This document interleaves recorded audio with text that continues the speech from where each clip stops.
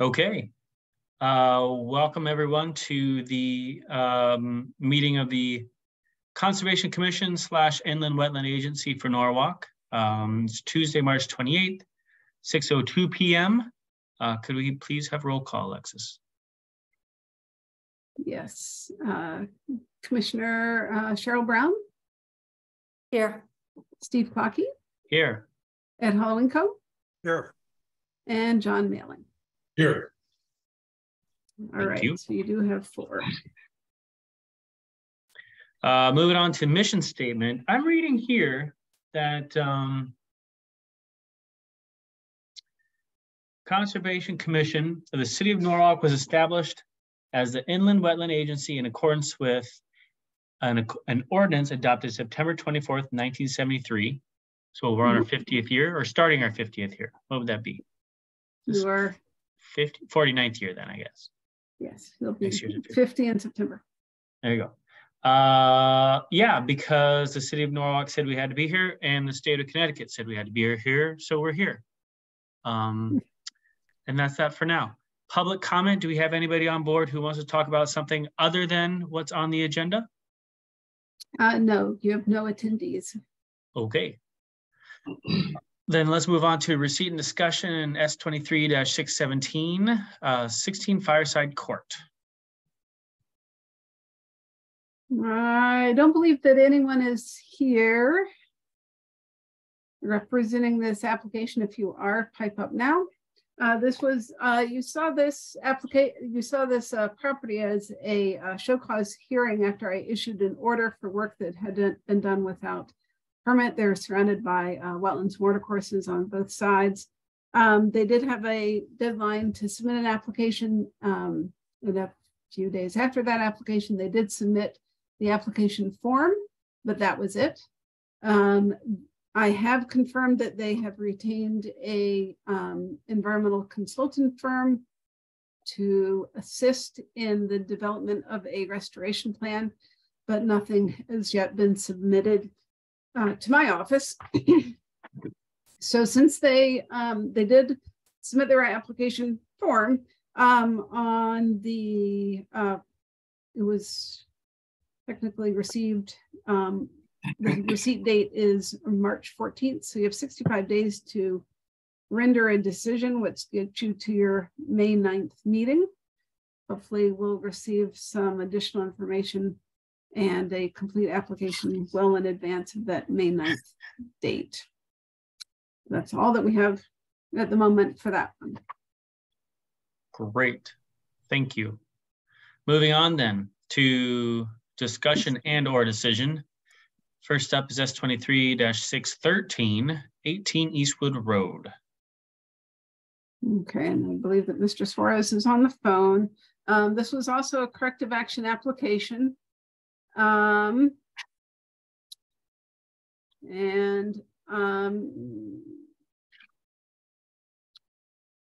Suarez, I know that you and I had met in advance of the March 14th meeting. And I thought that you were going to send some updated information like with the legend and whatnot. Mr. Suarez? Did you unmute him? I did. Well, I have to ask to unmute, which I've done.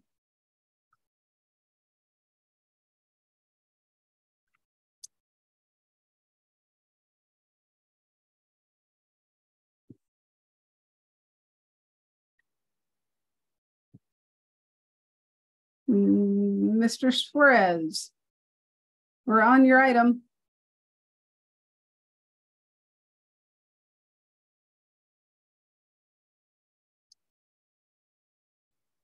Can anybody hear me? There you go. Okay, can anybody hear me? No, okay, Yes. I'm sorry about that.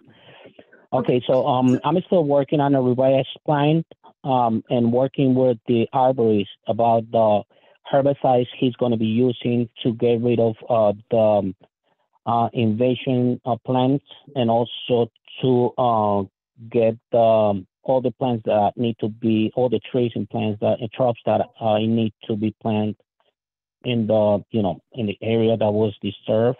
So therefore, I sent an email to Mrs. Alexis, and I would like to grant the agency an additional time to consider my application.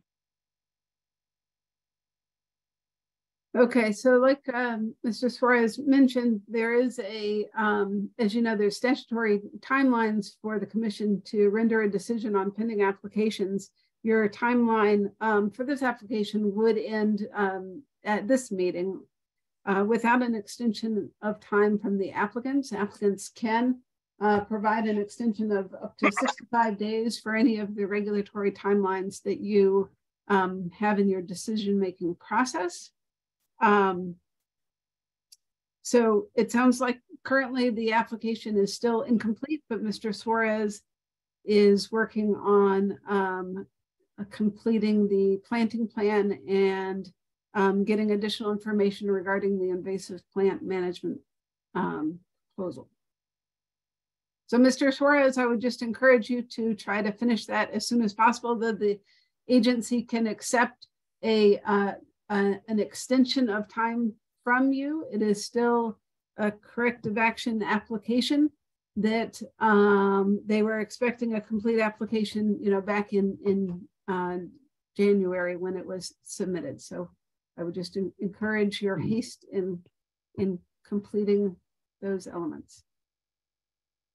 Yes, like I say, I'm working on it. I'm working with one of the arborists, but unfortunately to work with these people, they kind of working slow on my project, but they are working on the herbicide. I will submit to Mrs. Alexis tomorrow one of the products that they're going to be using to get what the herbicides that they are going to be using on the invasive species, and also they also told me that some of the, like the one that is called the angel tree, that one is going to be injected. They're going to inject the tree with some herbicide, which I will let you know as well, which herbicide they will be using to get rid of the invasion species.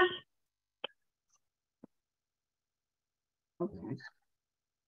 Okay, I would just recommend, I've been going through the documents that are on the website right now for the Conservation Commission, and I think just a reminder is a good idea to make sure that what you want us to approve is very, very, very clear. Try to make it as cohesive and concise, ideally, as possible. And that will set you up for success. If we have trouble understanding what's going to happen and how, we're going to have trouble approving the application, and that just complicates everything. So just a suggestion, not that you asked. Okay, so I guess you bet, no problem. Thank you. Alexis, should we, do you have anything else you'd like to discuss or present for this one, or should we move on? Or does any commissioner have questions? Yeah. I'm sorry. Anybody else have questions about that one? None for you. Okay. Any other commissioners? And Commissioner Knight is in attendance. Thank you. Hi, Kat. Nobody? Okay. We're moving on then, and we'll see this one again soon. Thank you. Thank you very much. Moving on to S23-616, 761 Main Avenue. Yes, so this is also a corrective action application that's been tabled. It is also up against its your statutory timelines to make a decision. This applicant also sent an email providing an extension of time for your consideration. And the applicant is here. Just as a brief recap, this is the iPark facility that's on the on Main Avenue, right at the town border with Wilton. At the receipt of the application, you had suggested to the applicant to review both the landscaping plan and to also have an engineer look at the proposed outlet of the stormwater pipe that they wish to relocate. And so applicant, Mr. Stewart, if you want to speak.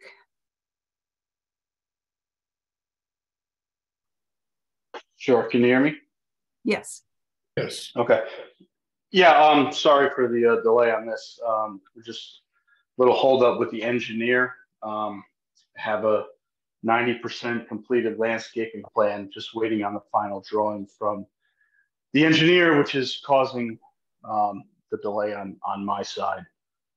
So just by way of update, that's where we are. So I did request the extension, and obviously leaving that up in your hands tonight.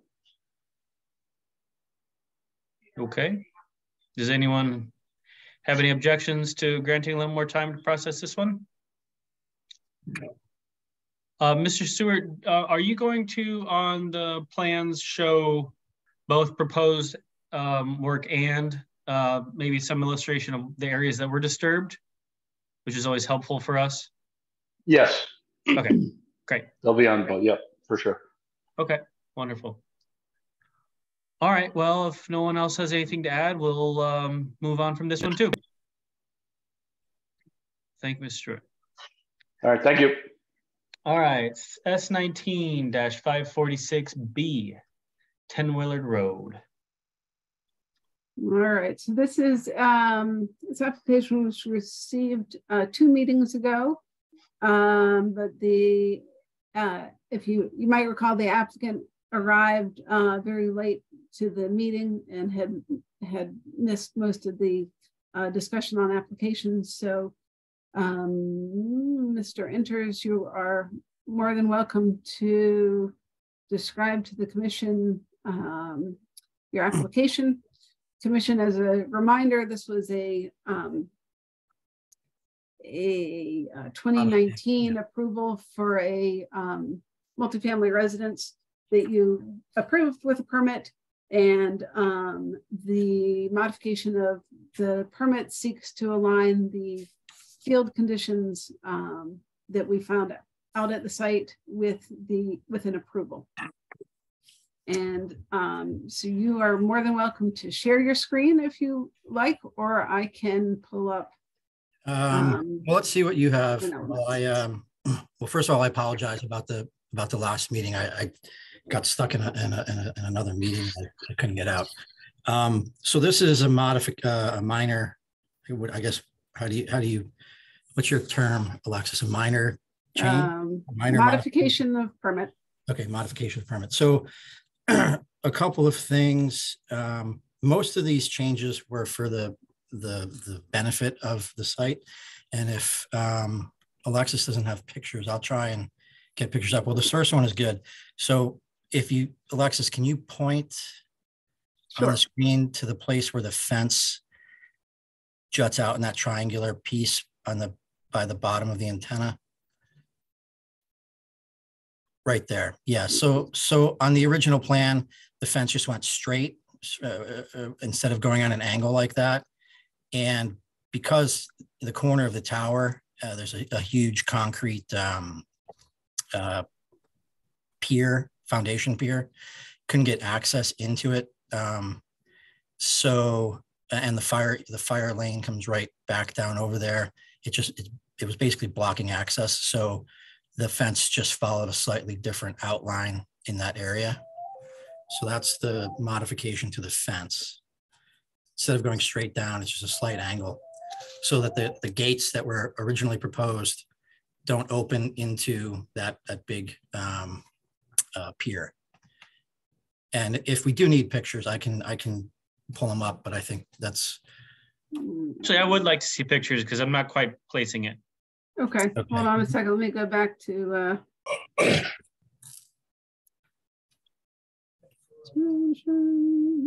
So the other change was just the 2 culverts that we put in. When we didn't want to be too aggressive in the area, we originally said we were going to sink them down into the drainage ditch there. But we were disturbing a lot of stuff. So we left them basically flush with the bottom of the drainage ditch. So let me see if this. She only has one photo. Yeah, apparently the links are not. Let me see if I can. I'm always bad at this sharing screen, but I'm gonna Yeah. share my screen. You cannot share screen while the other participant is sharing. Now I'll try it. Share screen. What am I supposed to hit here? How do I get my pictures? Let me do it this way. Let me open my pictures first.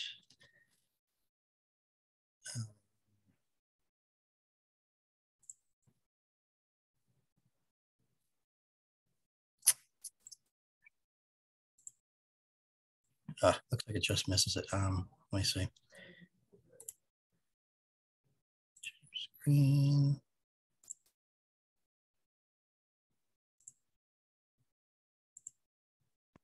Oops, that's the wrong one. Sorry.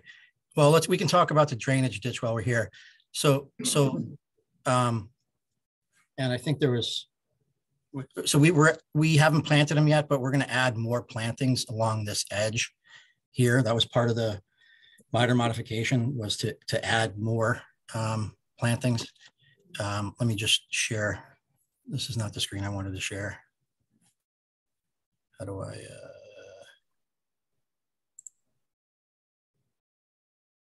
Stop share. Share screen. This one. That's the same one. My fault.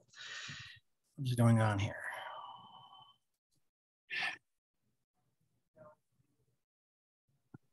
Share screen.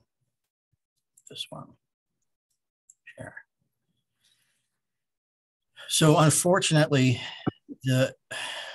I'm sure I have other pictures, but this is the fence along the side of the antenna. If you see this big concrete pier, so over here where unfortunately I don't have it, the gate was right in front of that to get access. So we just put the fence at a little bit of an angle to move the gate slightly over, which is what we were looking at in plan. I don't want to hold everyone up. I thought that Alexis had what's her name? I forget her name now. She's only been gone for a little while. Who was doing the inspections, Alexis? Alexis? She might have frozen. Why don't we just, I think it's irrelevant at this point. So we've got 4 issues. Yeah. Yeah. I thought that Alexis used to have all these pictures from the last time that we looked at this. So I wasn't prepared. I have most of them on my phone. Well, that's okay. Well, I think she'll probably join back here in a minute. But as I understand it, there's 4 issues. We've got the culvert that's too high. It's not that it's not that it's too high. It's that we originally said we were going to sink it down into the bed of that ditch. Yeah. And when we were doing it and we started digging, it was just becoming like a sloppy mess. And we felt it was better to just basically put it right at the level where it was at, and that anything that collected inside we could clean out, because it's a big pipe. So yeah. We didn't, it's not that it's too high, it's that we didn't sink it way down, but it's working wonderfully, both of them. So I don't think that's really an issue. It was just that, we pointed out that it was different. So we talked about the fence. We talked about more planting. We're going to do more planting. And then the last thing was the bamboo. So Alexis, you don't have the picture of the bamboo either, right? I can try to pull it up and have it some. So what happened was, there are some apartments that look at that tower. Their back windows look directly at the tower. And we found sort of the preeminent, we decided that the best thing to do to shield it would be to get some tall bamboo. So we sort of found the preeminent expert on bamboo out of Oregon. And we bought $30,000 worth of potted bamboo from him and installed it in a system that he suggested, which is a bamboo barrier system, which is basically we dug a 4 foot by 3 foot deep ditch, and it's completely lined with this 3/4 inch plastic. Plus the bamboo is potted, so it's in this trench, so it can't get out, and it's just right in front of the southern exposure of the tower. And we had pictures before, but I think they may have disappeared. I can certainly try and find some. Yep, there it is. So that's where this is the fence where the fence comes over, because the gate used to be opening where if Alexis can put her pointer to the corner of the tower, the gate was opening right there. The fire department's fire lane comes down there. They didn't really like that. So we moved the gate over just to the side of it and extended the fence so that there was room for them to get in and out of there. So is that a sliding gate? Is that why you needed? No, it opens in the middle. So why do you need the 15 feet of fence to the left of it on the screen? The fire department was just asking for some room. Like room for what? If they needed to get in there. There's if you can see in the back, there's a couple of buildings, small buildings. Those belong to the tower. They've got generators and stuff inside of them. They're like these concrete bunkers with generators in them and whatnot. But wouldn't they just drive in? Why? I think he's asking why this triangle.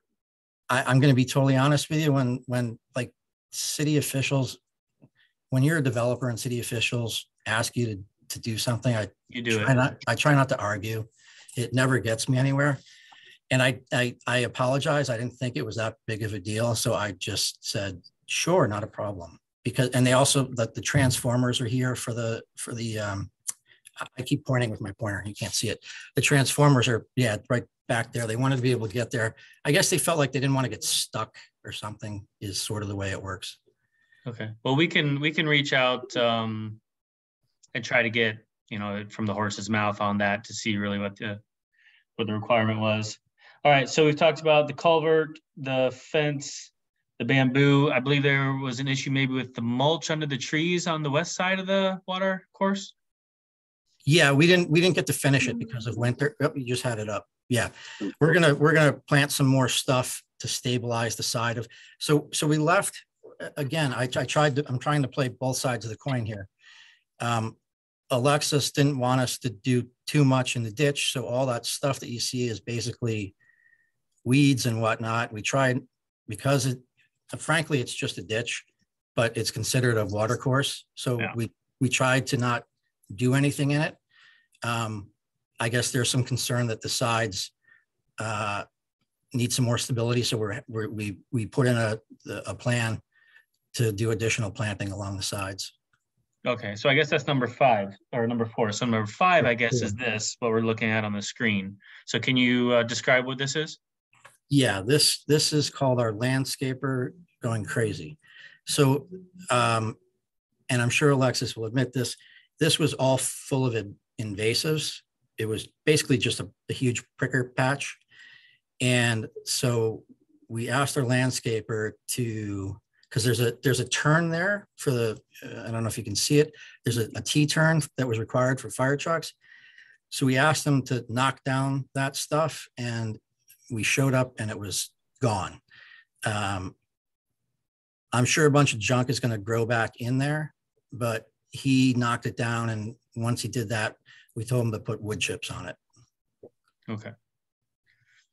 Okay, so we've got the culvert, which I won't speak for everybody else, I'll speak for myself. I would like to have an engineer tell us if, it's not a big deal, or if it is a big deal, if you don't mind, just because none of us here, I think, are like, professionals. We're mostly kind of not really a speed bump, not really a gut check, but just sort of a balance and, what's the word, guys?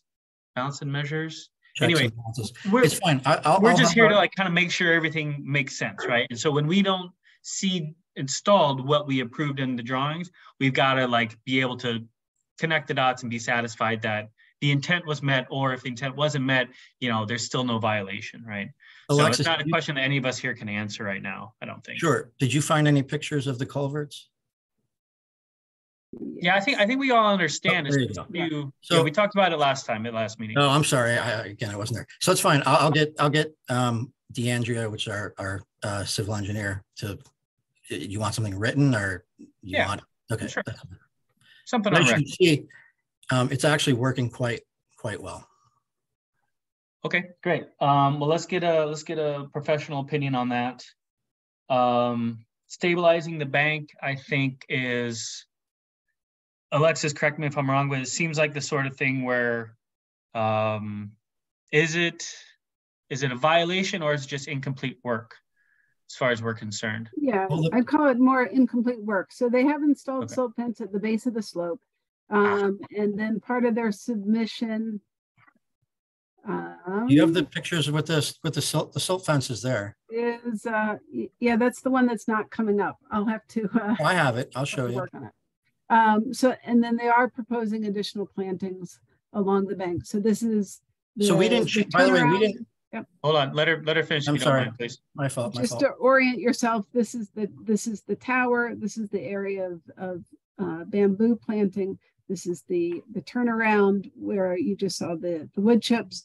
So they are proposing additional shrub plantings along the top of the watercourse here, in addition to some other plantings within the conservation easement area. Okay. All right. So the silt fence portion of that is part of the violation, but the stabilizing of it seems to be. Yeah, not quite a violation. It was the requirement in order to get the certificate of occupancy sign off. That can I share my screen? Hold on a second. I didn't get the last part of what Alexis said. Sorry. What was that, Alexis? So it was not a violation. I did not issue any enforcement action, but I would not sign off on whenever a project needs a building permit.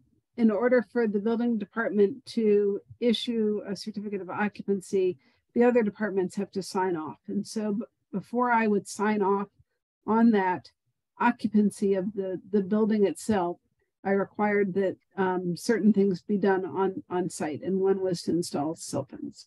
Gotcha. So just to be clear, and I'm sure Alexis will tell you the same thing. We originally had a silt fence up, and it was still there, but it had gotten knocked down. So we did put up a new silt fence. But just to be clear about the ditch and what we're talking about on the sides, we didn't alter the shape of the ditch. So basically where you see this silt fence right now, and the only work that we did was to the right of this silt fence. So when you saw Alexis's, other than we cleared out some invasives where you saw it a little more bare on the side of the ditch. So that's where we're proposing to plant some stuff back. But it's not like we went in there and, we didn't make that ditch. It hasn't changed. Right. But the clearing of the invasives, Alexis, was in the poll or the approved plan? That actually was. Yeah, it was, Alexis. Yep. And okay. we actually did less. Right. It was more that there was a lot of the end result was that there's a lot of area that is bare soil on the top and on the banks of the watercourse. So it's just trying to address the lack of soil stabilization. So again, we're proposing to plant that out, but I will tell you, I was over there yesterday and all kinds of junk is already coming up there. Well, I don't know what it is. Alexis might know, but it's probably all the stuff that was there before. Okay. All right. Can we circle back to, okay, so we talked about stabilizing the bank and what needs to happen there. I think we're all on the same page. We talked about the culvert needing an engineer to tell us, exactly if that's okay or not okay or whatever. Mm-hmm. The fence, it would be great if we could get whoever you talk to at the city to explain why we needed that extra corner, which in the grand scheme of things really doesn't make that big of a deal. It's just sort of a weird thing that kind of like throws us off a little bit. So if you could just get them to be like, yeah, they got to do that. We could probably work with that. I won't speak with anybody for everybody, but yeah, I'll find out. Else chime in from the city on that. I'll find out who it was. I know we were walking the site in preparation for, initial sign-offs on initial work. And that was what was mentioned. So we did it. Okay. The bamboo thing. So I think I understand that there was some sort of protection installed. I'm still not 100%, again, speaking for myself, 100% that it's a good idea. Again, I would probably refer to a third party, like a professional. I mean, the guy from Oregon is nice and all, but I would want somebody who knows about how it works out here in Connecticut, if that's a risk or not. Do any other commissioners have thoughts on that? Just so you know, I gave the list of a carefully curated list of the stuff that was chosen. He's like the head of the Bamboo Society of the United States. And this doesn't make a difference, but I'm just telling you that like we didn't cheap out in doing it. We spent $35,000 on bamboo and then $5,000 on a refrigerated truck to get it here. Yeah. So yeah, we understand that. We have that information. It's not very relevant to us, but thanks for saying it. I mean, I didn't mean it about the money. It's like first of all, I didn't understand that we couldn't, that it was an issue, but it's that we didn't just do it willy-nilly. Sure. No, we understand that. Yep. Any other commissioners have questions or comments on the bamboo? I have just one comment, and that is that we have basically been going over ground that we went over before. An application was presented to us, and we discussed it, and we looked at those things which fall under our purview that have to do with wetlands and water courses, and we, after discussion, agreed on a course of action. And now various changes were made to that course of action, which obliges us to come back at this. It's not the most effective way to do it. It might be an extra effort to make a phone call, but if something has to happen that was previously discussed and was part of the permit, then it's best to at least mention that. And it may wind up saving time in the long run. No, I understand. And some of this stuff, remember, is extra stuff.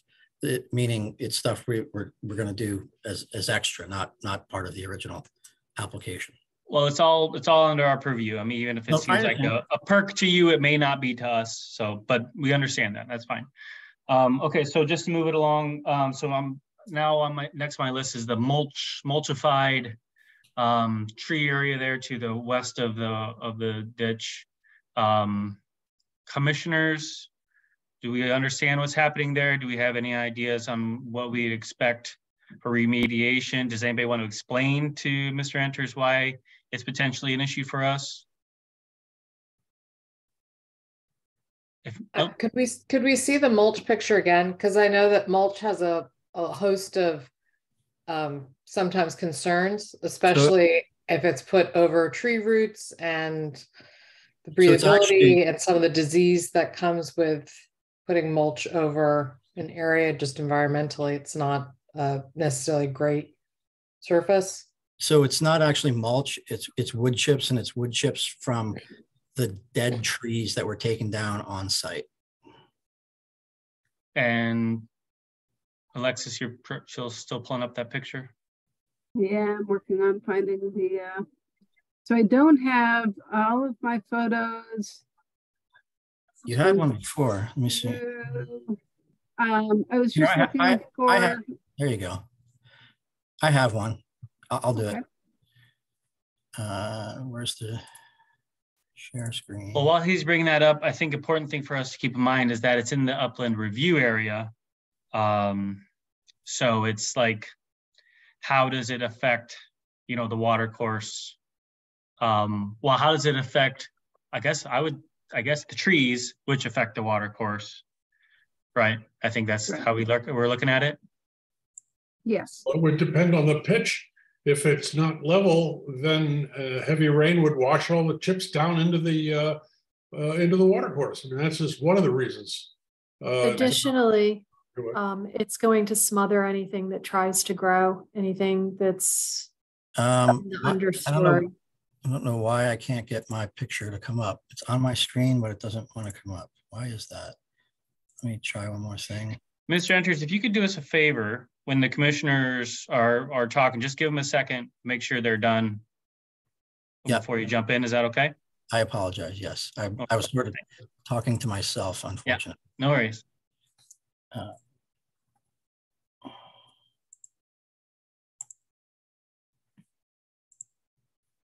Share screen.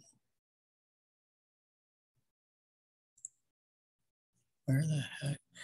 Oh, there it is. Okay, there. That's not the exact one on the other side, but it's just, it's a similar condition. So the pitch and elevation wasn't changed. Did I shared this, right? You can see it. But it was a muddy mess. So they spread the chips.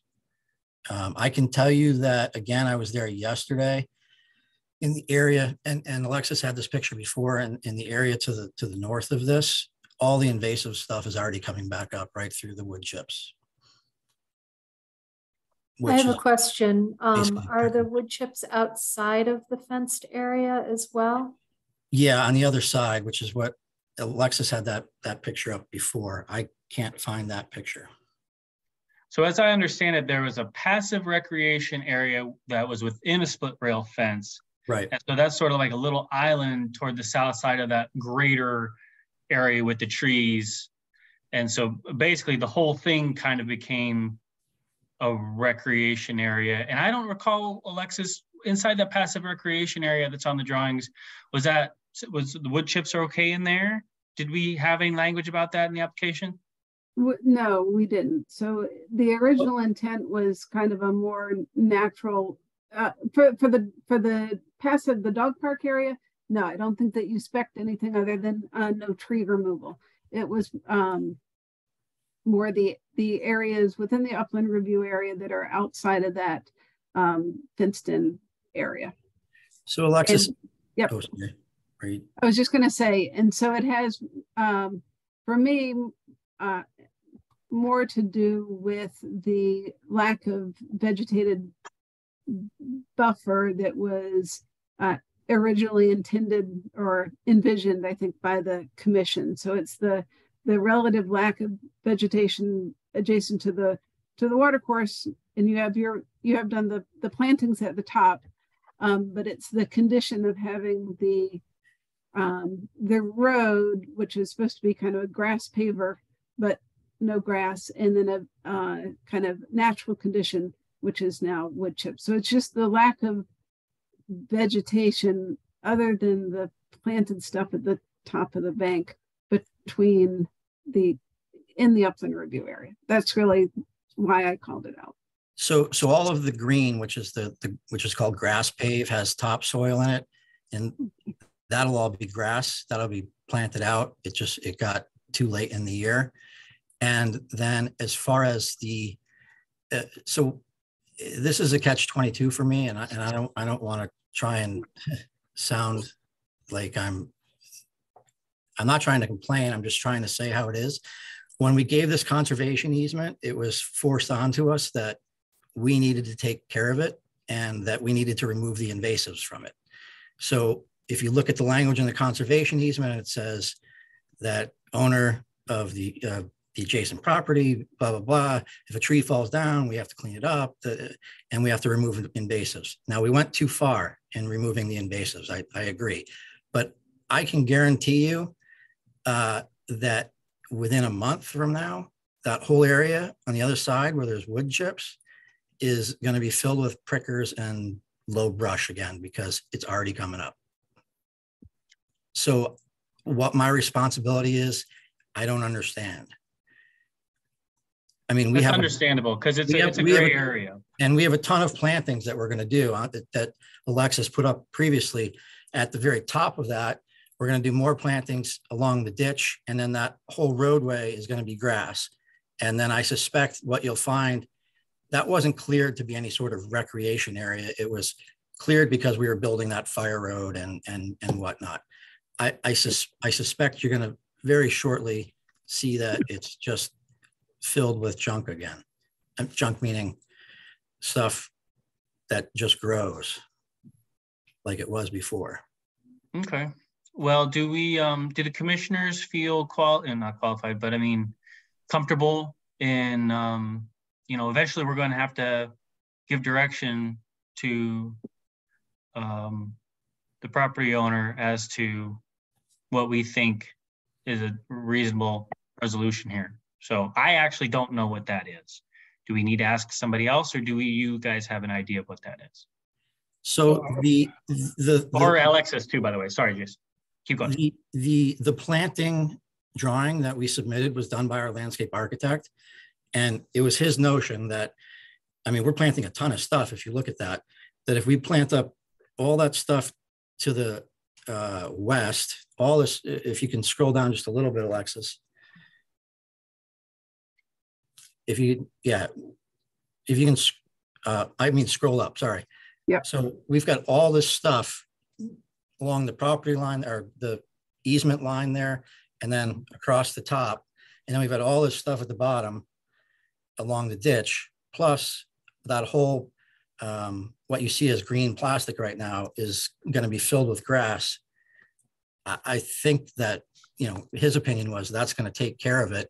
And the feeling is that where you see sort of that clouded area in between, that's just going to turn wild again. It already is. Okay. Commissioners? Well, why, can I just jump in here for a second and ask why, if it's predicted to become a mess, perhaps now is the time to put some plantings in there that are not contributing to a mess, and in fact are non-invasive, productive, environmentally satisfactory plantings. I don't think it has to be, acres and acres of this, but I do think that maybe some would help to mitigate the effect of the briars and brambles and other stuff that's now on the way. So again, this is where I'm caught in the catch-22 here. So we don't technically own that land anymore. It's a conservation easement. What we're doing across the east side and across the top was because we didn't want neighbors to feel like, we were leaving things bare, even though we really didn't do anything up there. What we're doing next to the ditch is for stabilization and any sort of erosion purposes. What we're doing on the fire pathway is what was required by the fire department just for access. In the conservation easement, as far as the conservation area goes, we're supposed to keep it cleaned up and free of invasives. Now, I can't go plant out 2.5 acres of stuff, especially since we don't even own it anymore. And further, what's my responsibility? I think you do own it. Who owns it then? If you don't own it, who owns it? I think you do own it, but there is an easement in favor of the Planning and Zoning Commission for the conservation. No, we gave that to the it's the city owns it. We gave it to the city. Well, then we can go to whoever does own it, and we can have them come in and do some planning. Actually, let Alexis. Alexis, could you explain it? I think you'll be able to do the best. It's my understanding that you still own it, but you gave an easement in favor of the Norwalk Planning and Zoning Commission, but they don't own it. You own it. No, we gave that to the concert. That I can pull up. We gave it to the Conservation Commission. That's the definition of an easement, though, is that you allow.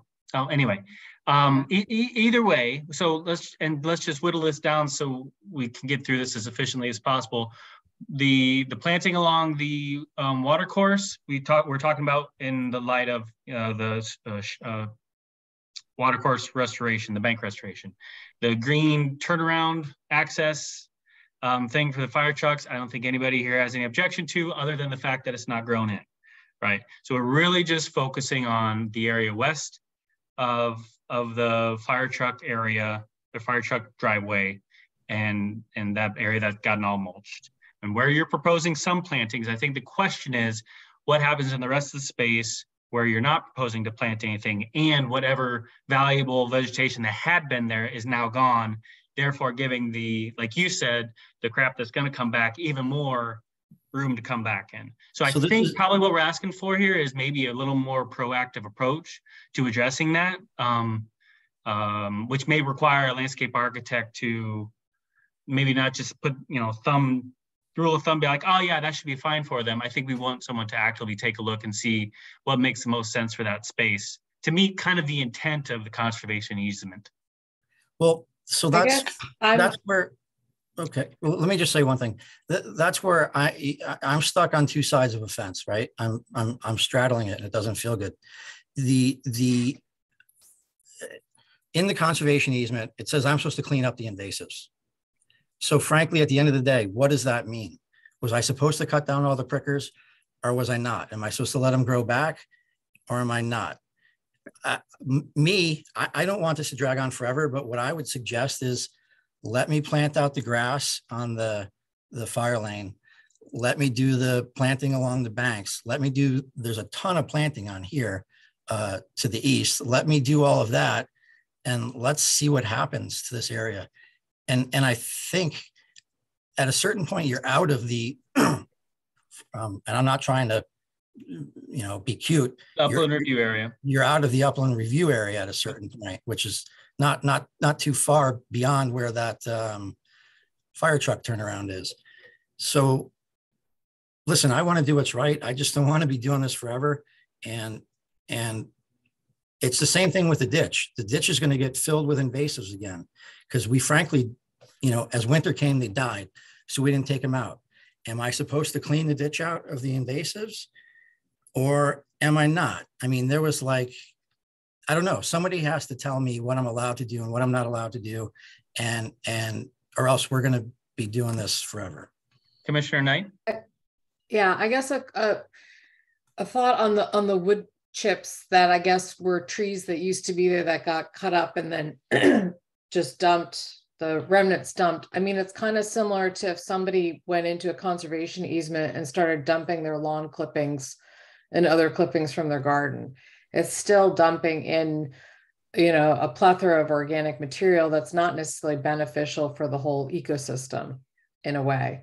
I'm happy to rake them out. Whether it's lawn clippings or this, it's still dumping, you know, remnants of landscaping in there. So, you know, I don't know, like from a conservation easement point of view, whether that's okay. If you were to go there, and I feel free, you can get down there by going down the back driveway to the Itoro warehouse. This is not like, you know, 5 inches of, like when you get your yard mulched and you get 3 or 4 inches of mulch. This is just a very thin layer of wood chips that was thrown across there because it was muddy as could be.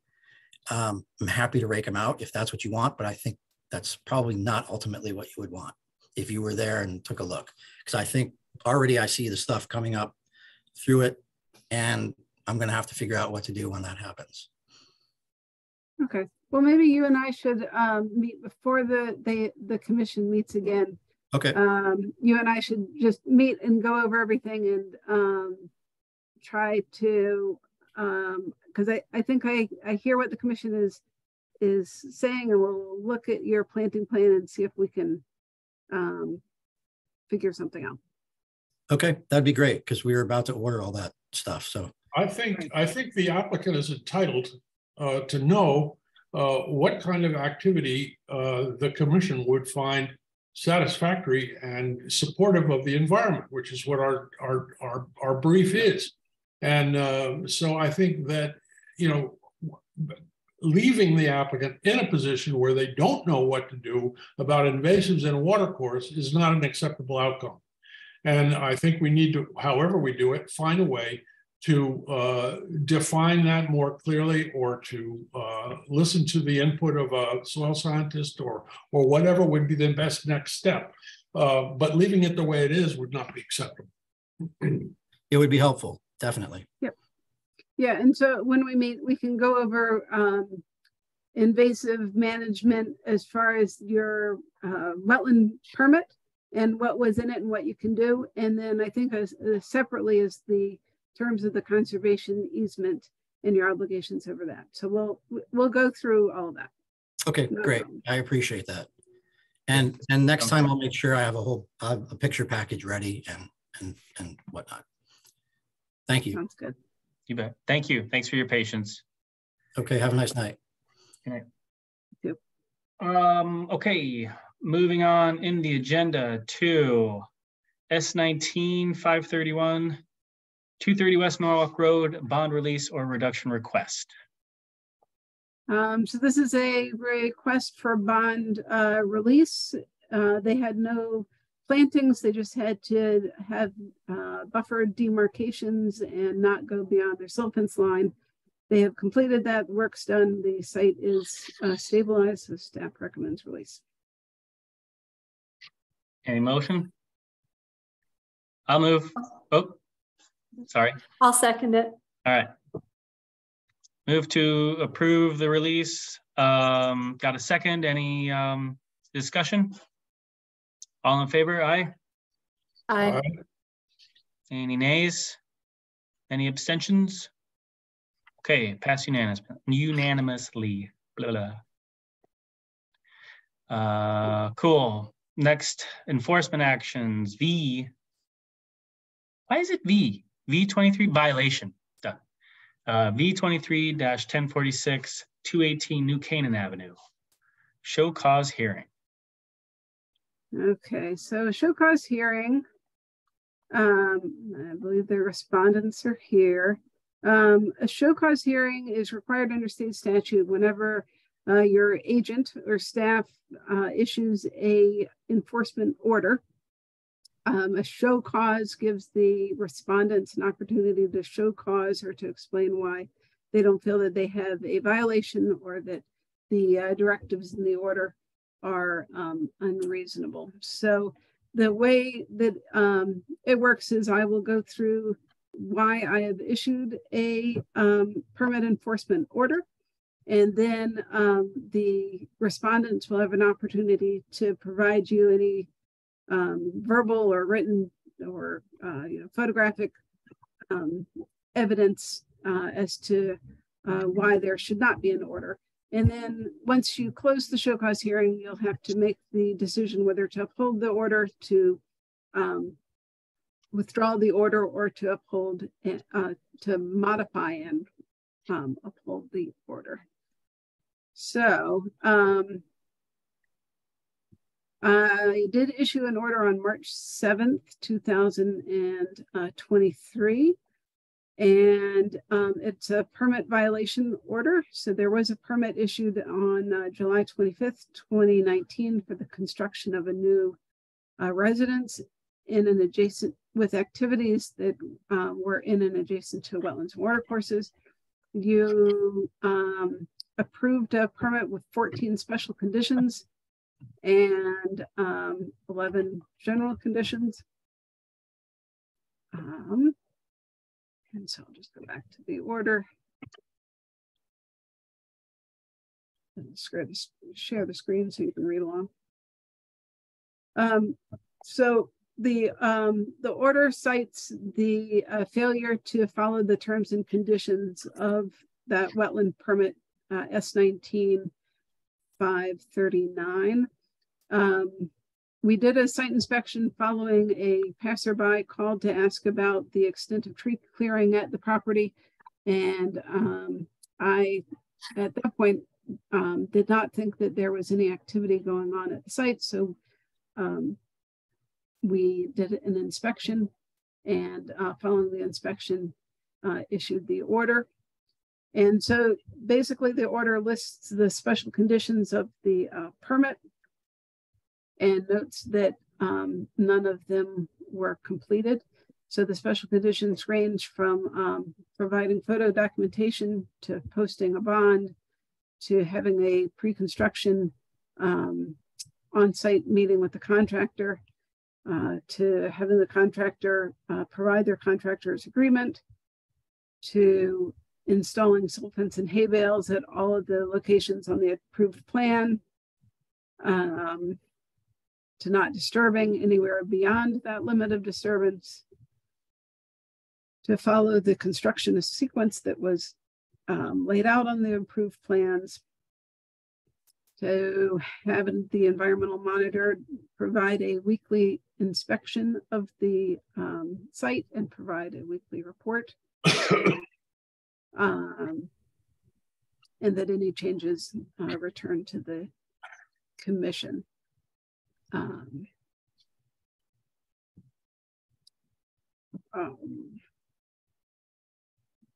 I also noted some of the general conditions that were not met, including notification of the start of activity, and again, the contractor's agreement. So the directives in the order included stopping all work on the property, immediately installing silt fence in the locations depicted on the site plan, and then by March 14th to have a qualified environmental monitor inspect the site and provide a report. By March 14th to have the contractor submit a completed agreement form to remit the cash bond, and then by March 21st to remove the temporary wetland and watercourse crossings that were installed, and to have a another monitor's report, since it would have been a week. So I'll just go through some of the site photos.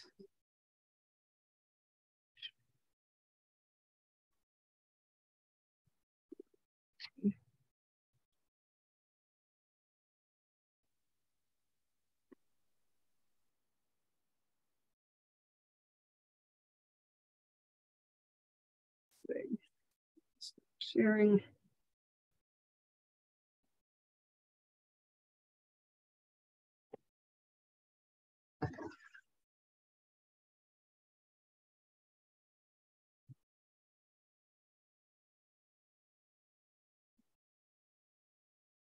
Delay.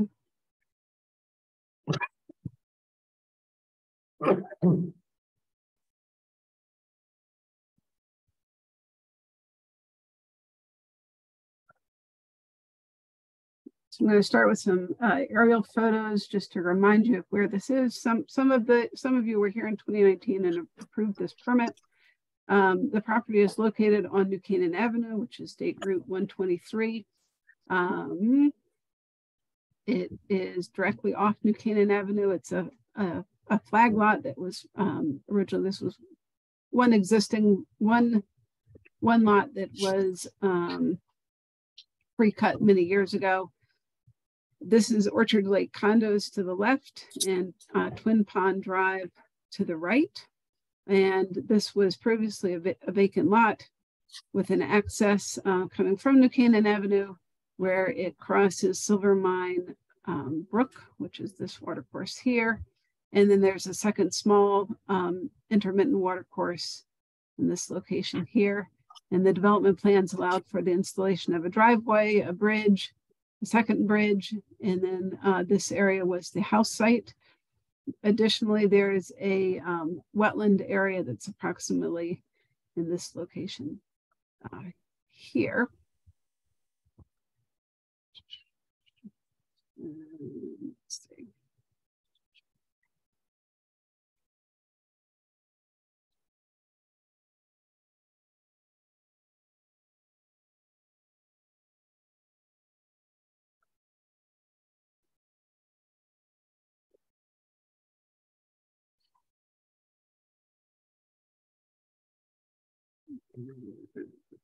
Seconds.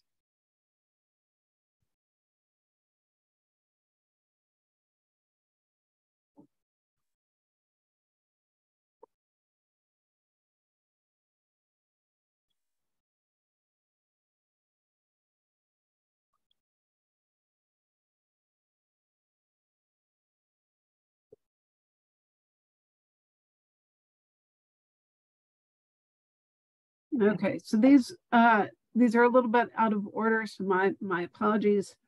Probably should have made a PDF so that we went in order. This is the second wetland and watercourse crossing. This is the intermittent stream, and then the temporary crossing that was referenced, which is within the wetland and over top the watercourse. This is the driveway entrance down to where the first bridge would be. This is where that piece of plywood is here. And then this is the condition of the lot currently. This is a bridge crossing, temporary, over the Silvermine Brook, which is underneath here. And again, this is the second wetland watercourse crossing. This is the bridge.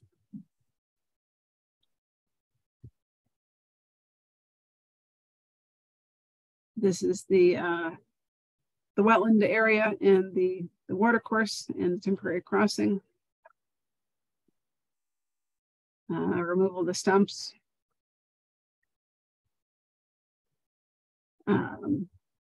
This is work within the beyond the limit of disturbance. So they have some silt fence in this location, but that's the only location that silt fence was installed. And as of Friday, that was still the only location where silt fence was installed. This work here is adjacent to that intermittent watercourse and is within the area that was not to be disturbed. The area I was pointing to is right over here.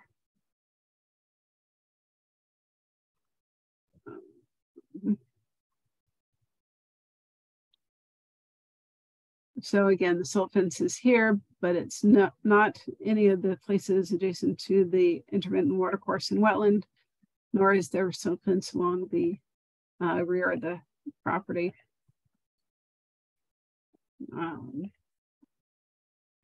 Just another photo of the crossing that's in the wetland. Again, the Silvermine Brook is just in the background there. This is the intermittent watercourse again with disturbance. I believe I'm standing at the wetland in the back of the lot. Again, no silt fence.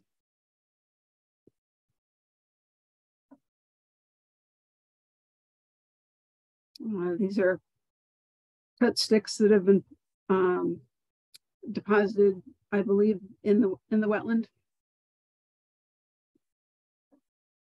And this is, again, I believe I'm standing in that back wetland looking towards the proposed house site.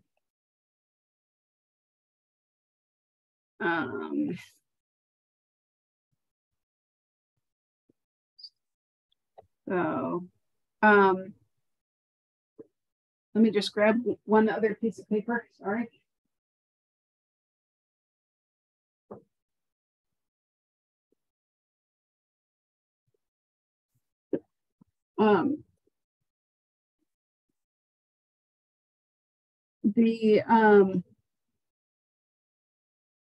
Unfortunately, I didn't scan the approved site plan. Part of the issue was, and some of you may remember from when you were here, if you were here in 2019, the construction sequence for getting into the property was spelled out, and you, in your conditions, you specifically called out that construction sequence would be followed. And I just want to, since I don't have a scan of that, I'm going to read that. 1, remove trees only as shown on plan. 2, install silt fence and mud tracking bed. Call for inspection by conservation officer. 3, rough in the driveway to stream crossing of Silvermine Brook. Raise the existing stone wall west side access driveway. Construct the south bridge abutment. Hand dig the footing at the north abutment. Construct abutment. Construct bridge deck. Note there shall be no disturbance in Silvermine Brook or adjacent wetland to construct bridge. 4 is to continue driveway construction to the second crossing, construct a second bridge, install underground utilities placed in a sleeve attached to west side of the bridge over the Silvermine Brook. Number 5 would be clear the building site, excavate foundation, rough grade site, construct walls, basically do all the work. Construct the building is number 6. Install the paver on the driveway, finish site work.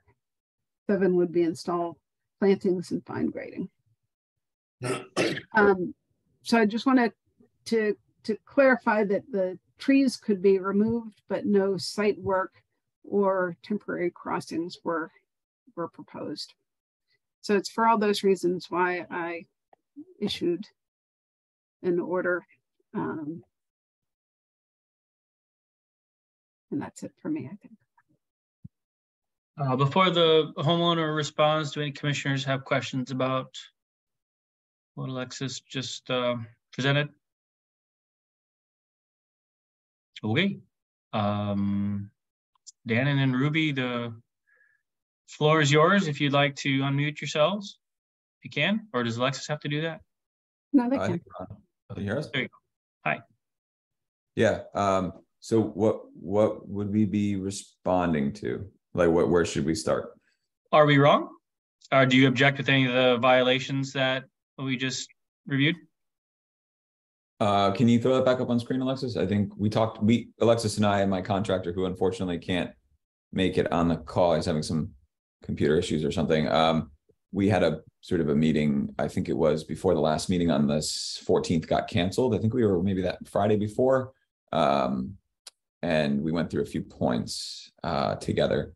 But yeah, so one, yeah, we've stopped work on the site. Silt fence, we have not started installing yet because we wanted to retain a a site monitor. So we want to get I think that was the advice you gave us, Alexis, was to retain a site monitor, have them do a site visit and generate that report to the commission. And following that, then we would do things, we would do other stuff, but we needed to get that site monitor in place first, right? No, it would be immediately install silt fence and then first have the site monitor was definitely at near the top of the list, but the number 2 would be to install silt fence immediately. Okay. Okay, so we got to do both regardless. But yeah, and then we still are retaining or trying to retain a site monitor for the purposes here. Let's see. Yeah, we talked a bit in that meeting as well, Alexis, just about like the construction sequence being kind of a bit of a kind of a gray area in the sense that how would we remove trees as the first step of the construction sequence from our approved permit if we can't access the site? So you mentioned the temporary bridges were not called for in the plan, but we would need some sort of a way to access the site over the crossings. And I think my contractor had said, well, we would construct this bridge, as you saw, which does not interfere with any of it doesn't interfere with the water, the crossing, the main bridge. So that was our idea, was to get access into the site using a log bridge instead of the final plan, which is a abutment, concrete abutment and steel bridge material. So it's a bit of like order of operations, I guess, question for us. And then of course, then the next step is install silt fences, the second step. So we thought remove trees first, step 1, construction sequence, step 2, install the silt fence and then call conservation. So that's how we were proceeding based on the construction sequence. Okay. I would just disagree that I thought it was unclear. That was just that you thought it was unclear. Just to clarify. Oh, understood. Yeah, we think this is unclear. It says remove trees and then it says install silt fence. So that's why I guess we hadn't called conservation yet, because we were still in phase 1 of the construction sequence. And just so everybody's on the same page here, we're not actually looking at what is being talked about right now because we don't have a digital copy of that, right, Alexis? We don't have the right. I can scan it real quickly and put it up on the website if you like. Well, let's just, we're agreeing to disagree on that one, but that only got us to number 3 on this list, I think. What's number 4 Sorry, there? I'm unclear. What are we agreeing to disagree on? Or are you saying to Alexis that you're I think maybe there's some disagreement about whether the approved sequence of work was actually realistic. Is that what we're disagreeing on? Well, we have a permit that references the construction sequence in this order. Okay, and was the construction sequence followed? Yeah, we removed the trees. Okay, and so, okay, I maybe I'm just confused. Like one of the things Alexis mentioned, this is not, I don't know if this is later on, it's not expressly like listed here, but we did remove the stumps of the trees. And I think that was a mistake that my contractor had made. He's used to working. Yeah, he's used to working. So in other towns or wherever, where removal of the stump is a part of tree removal in the process. I guess he said that, and I guess maybe this is the case in Norwalk, where typically tree removal is you cut the tree make a wedge, cut the tree, fell the tree, and then remove the log. That is the extent of it. So I think where we misunderstood was the excavation of the stumps themselves. And so that's where he would say the same thing if he was on the call today. He just texted me saying he can't get on the call for some reason. Can't even dial in for some reason. I'm not sure why. But that was what we had talked about with Alexis, and I forget the woman's name that we met with in your office there, Alexis, a couple of weeks ago. But yeah, that was I think an issue on our side, that we didn't understand the specificity of that, which would have been in a pre-construction meeting. But since we got the approved permit, another complication here is that the contractor that we initially had on this, I think it was through the pandemic or whatever it was, is no longer in business.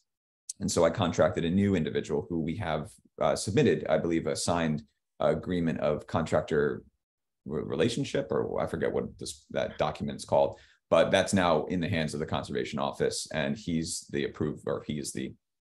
contracted contractor for this particular site. Okay, so based on what we're looking at on the screen, number 4, on or before March 14th, I don't know if that happened by then or not, the contractor needed to submit a completed contract agreement form. So you're saying that that's been submitted, Alexis, is that true? Yes, that is the one thing that has been completed. Oh, good. All right, so moving on to number 5. Actually, we completed number 1 as well, because we stopped all work on the site too. And I think actually, Alexis, you gave us the approval to continue working closer to the street, right? In the easement area for Orchard Lakes, which is a separate area. I think you had mentioned you were at the site at some point, saw us doing work there, and it was like okay for that work to proceed up on the, I guess that would be the southerly, I think you had it on the map, sort of driveway inlet to the site. Is that's okay? We can still work in that area, right? I think that's what we left the meeting had discussed. I don't know if I think that your contractor, Mr. O'Boy, had requested that all the cut logs that he had stacked in the driveway next between the first temporary stream crossing and New Canaan Avenue, if he could remove those, and we agreed that he could remove those tree logs. Okay, and then additional work in the easement area that we have south of that first crossing and the drainage area, that's all okay for us to continue working, right? Because I know it says stop all work on the property. I just want to be clear about what that actually means. I think that we only talked about the removing of the logs, and then previously we had talked about back in October 2019 when you were trying to get your road curb cut through DOT, that you were allowed to do work proximal to New Canaan Avenue without triggering your start work. Okay, gotcha. But nothing, so proximal to New Canaan Avenue, but nothing more in and adjacent to the water course. And so again, it was more the temporary, well, it was the work within the interior of the lot, but it was the all of the temporary crossings that were not part of the permit. Right, okay. right, Yeah, so that's where when we were talking, I think in that meeting and I think in person or that day when you were out on site, how do we remove the trees and follow the construction sequence without getting access to the site? That temporary crossing is the only access into the site to be able to remove the trees. Well, so I think that's where I would say that the commission, when they approved the permit, there was an extensive discussion regarding concerns about the extent of activity and how one would get to the site when there are 2 crossings and no existing bridges. And that's why when the commission approved the permit, they specifically added a special condition that said to follow the construction sequence. And it was discussed at length during the approval of the meeting, this proposed bridge construction, and that the removal of trees was cutting of trees, but not the clearing and grading of the site. Yeah, no grading has been done. I think the only reason there's excavators there was for the stump removal, which we thought was a part of the tree removal process, which is that owning up, that's a mistake. My contractor already admitted to that. So yeah, we obviously have stopped working on I think we're all talking about the main site of the property, like the main lot, the flag part of the flagpole. I think you mentioned as being a flag lot. Yeah, that's all stopped. All work has stopped. So that, and number 4 as well. We're sourcing funds for the we lost it on screen. bond. The bond, yeah. So we're sourcing funds for the bond, and then the silt fence is step 2 of the construction sequence. So I guess I don't know, if we're not done removing trees, why would that being step 2 in the construction sequence, and then we call for inspection by the Conservation Commission, how should we have done that? I'm just thinking, like, we can't, if we still have trees to remove, which we do, I don't know how we would go follow the order of that. As you mentioned, there was explicit conversation on the construction sequence, which we're trying to follow in the sequence order. So do you want us to install silt? Do we want to amend the construction sequence, install the silt fence, then remove the trees, or should we follow what's here? I'm going to just jump in and say, let's try to point ourselves in the same direction, and that direction should be resolving this as smoothly as possible. Mr. Gray, can we agree on that? Yeah, no, I agree. Okay. All right. So I think despite some inconsistencies maybe that you see in the construction sequence, instead of dwelling on that, maybe let's just focus on this violation we're talking about right now.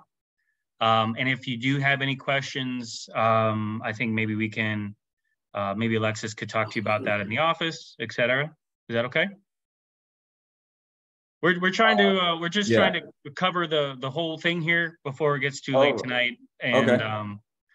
And so if you don't mind, we'll keep going down this list. Sure. So we do, for number 4, we do have a contractor agreement form. Number 5, we do not have a bond. Supposedly that's coming. Good. Number 6, remove the temporary wetland / watercourse crossings. Before you say it, I think the question is, how do you expect to get to the flag part of the flag lot if you can't cross the watercourses? Is that maybe a question? Yeah. Okay. And so right. And so Alexis, if you don't mind, since again we can't see it, but so what was the allowance for getting across the wetland and water courses previously approved? It was to roughen the driveway to the stream crossing from New Canaan Avenue to Silver Mine Brook, and then construct the southern bridge abutment and construct a bridge, and then go from there, construct the driveway, construct another bridge, and then enter the site. Okay. So right now we have sort of a Dukes of Hazzard thing with some plywood across the water course. So what can we do about that, Mr. and Mrs. Gray? So sorry if I aged myself know. with the Dukes of Hazzard reference. Yeah, no, it's okay. Obviously, we think we don't agree with that statement. We think that it's a pretty sturdy bridge, one that's supported the weight of the excavator to be able to remove the logs that we felt. I think we mean the plywood through the second water course. Yeah, that's I mean, I think that's a much less efficacious stream, that was we talked about at length in previous meetings. But yeah, that definitely needs, what we should be doing there is probably just using the same log strategy that we have for the main crossing. That's a more robust way to do it. And my contractor is aware of that from, I think, not only the site visit that Alexis and team had, but also from our previous meeting. So okay. we'll remediate that by putting in logs and matching what we see. Well, hold on a second. This is discussion, not decision. Let's okay. Be very, very clear here. We're still figuring out what's happening and what's being proposed and how to fix it. We're not deciding anything right now. We're just taking in information and trading it back and forth. So the south abutment thing, Alexis, was that for the first crossing or the second crossing as you're coming off of New Haven Avenue? That's the first crossing across Silver Mine Brook. Okay, so what should have been done instead of the log bridge was to actually build the first abutment part of the bridge, and then, so basically they're meant to build the permanent bridge before really going much farther. Was that the intent, Alexis? Yes, that was step 3 in the construction sequence. Okay. So step 1. Alexis said yes. I'm sorry. I was asking Ms. Carichetti. So go ahead, Alexis, again. Yes. So the intent was to build the bridges to get into the property. Okay.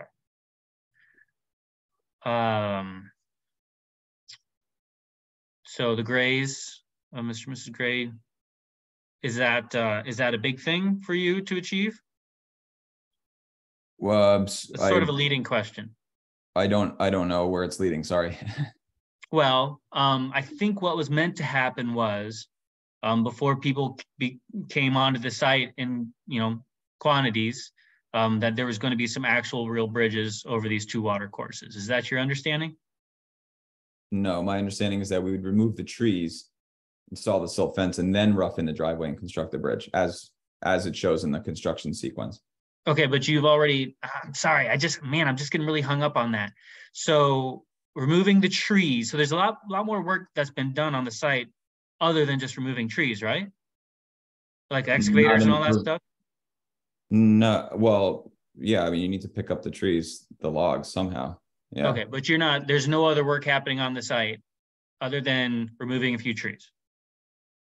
On the main part of the site? No. Any part of the site. Site's the site. Oh, we've been chipping. Yeah, we've been chipping the brush from the felled trees, which is, I think, a standard. I'm sorry, I'm confused. I thought, Alexis, didn't we see in some pictures that there was kind of like more work going on, or am I just on Mars? Go back to the photos. Hold on a second.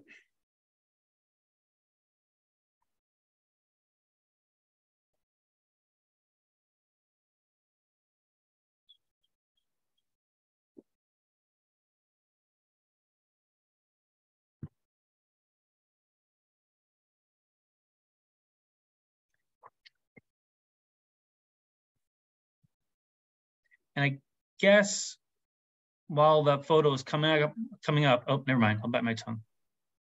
So these are more recent in March. This was on Friday. Okay.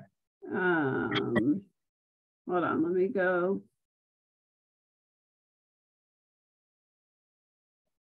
Maybe I was just seeing the neighbor's house in the background or something. Thinking there was actual. Oh, yeah, the Franks, I think his name is, or I forget the last name. He installed, it's on his property though. That's it's a very nice wall. I mean, we get to look at it, but it's on his property, the stone wall. Okay, there's a second crossing. This is coming off of New Canaan Avenue. This is New Canaan Avenue to the left, to the right rather. So this is the constructed walls that have been installed without, this is included in the work cited as being started without following any of the permits. So this entrance would be considered site work and would need a building permit, for example, for the walls, and would be considered the start of work under the conservation wetland permit, and would have triggered all those prior to the commencement of work conditions of that I listed in the order. Alexis, I thought you said you came to the site and saw those walls installed like a year ago. Right? So I can show you the photos that I had. No, the wall was not installed. There were some concrete block stacked up near New Canaan Avenue. So the guardrail on New Canaan Avenue had been removed when I was there. There was a deposition of process at the front. I don't know if I have a photo. Well, so up here, there was process and enough cleared so that I could pull in and turn around. And then there were some concrete block placed here, and then a few, a line of them kind of over here, but not the full wall that you have. And then, and that was it. Well, we started up down further. So if you hover your mouse over where the temporary bridge, like right there, that's where we actually started the wall, and then we went back up towards the street. So at the time that you visited the site, that wall should have been there, as you see. No, there were just some blocks stockpiled up here.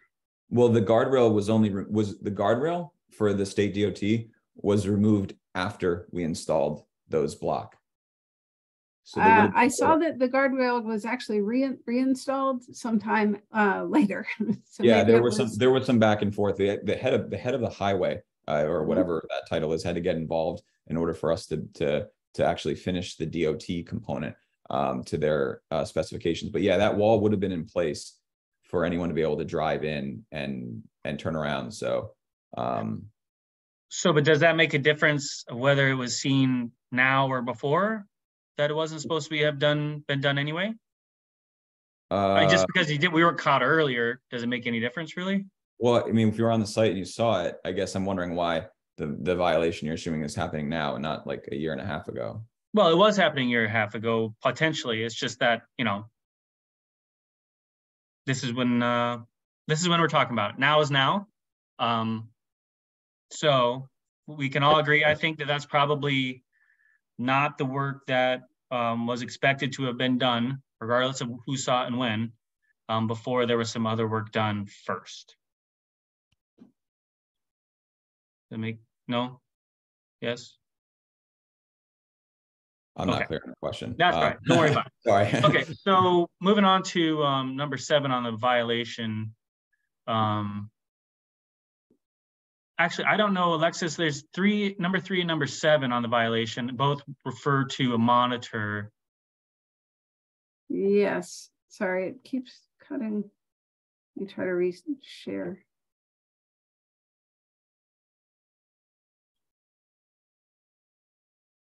And I was just wondering, what's the difference? So the permit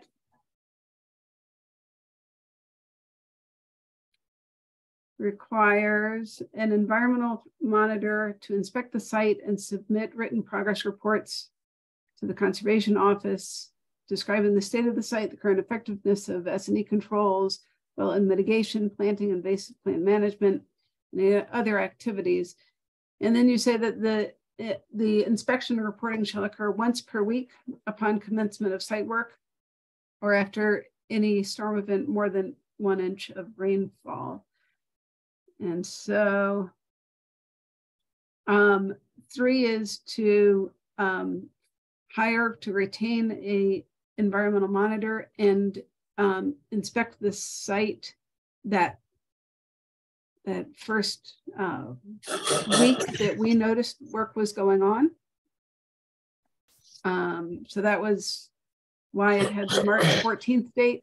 And then number 7 is assuming that there was a monitor that went out on the 14th, that there was silt fence installed, and that the temporary crossings had been removed or somehow permitted. I see. And So this it's sort was of 1 week after, right? a way to move forward, assuming the previous items on this list have been addressed. Correct. I got it. Okay. Right. And so then it just continues to say that weekly inspection and reporting would continue weekly unless no site work had been performed. So it was number 7 is presuming that these things happened. Got it. That makes sense. Okay, great. Okay, well, so this is an enforcement action, a show cause hearing. I don't think at this point, Alexis, we vote on whether to uphold the violation, do we? So you don't have to, but if the Grays are done with giving you information, you may want to, unless you hold a special hearing. State statute says that you have to make a decision to uphold, withdraw, or modify within 10 days of the show cause hearing. So okay, so that means tonight we have to do something, right? Sorry, I always forget that. Commissioners, does anybody else? I've been talking a lot. I apologize. Does anybody else have questions for the Grays? Ms. Brown says no. Nobody else. John's not chiming in. Oh, Catherine has her hand raised. Sorry, you weren't on my screen. Go ahead. Hi, I have a question. I mean, was it clear in terms of the permit that was approved, in terms of your understanding of constructing the access way and the bridges per what seems to have been outlined in the original permit, that, you know, a temporary or even a log bridge was not, as I understand, what was envisioned or put into the original permit? You're asking the is it me or respondents, right? oh, sorry. I'm asking the Grays. Yeah, I don't, it's not in the permit, so I think that there's no call to install any temporary access, but every contractor that's looked at this, including my current one, said, okay, cool, we'll put a temporary bridge. I mean, to remove the trees on the site, we have to get access to the site first.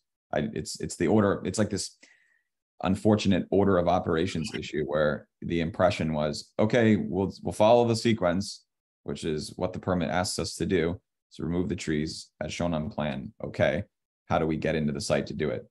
Solution in the field, temporary bridge. That's the thought logic, I think, that went into this.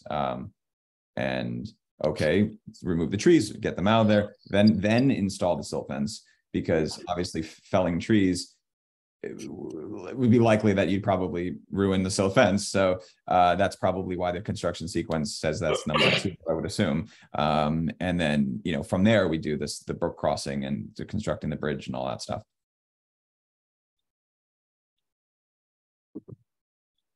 Yeah, in the permit, it doesn't say use a chainsaw to cut a tree either. So it doesn't get to that level of specificity, saying like, you know, use a chainsaw, use a excavator to remove a tree. It just says remove tree. So I guess, like, to answer your question, it doesn't say anything about accessing the site except until you get to step 3.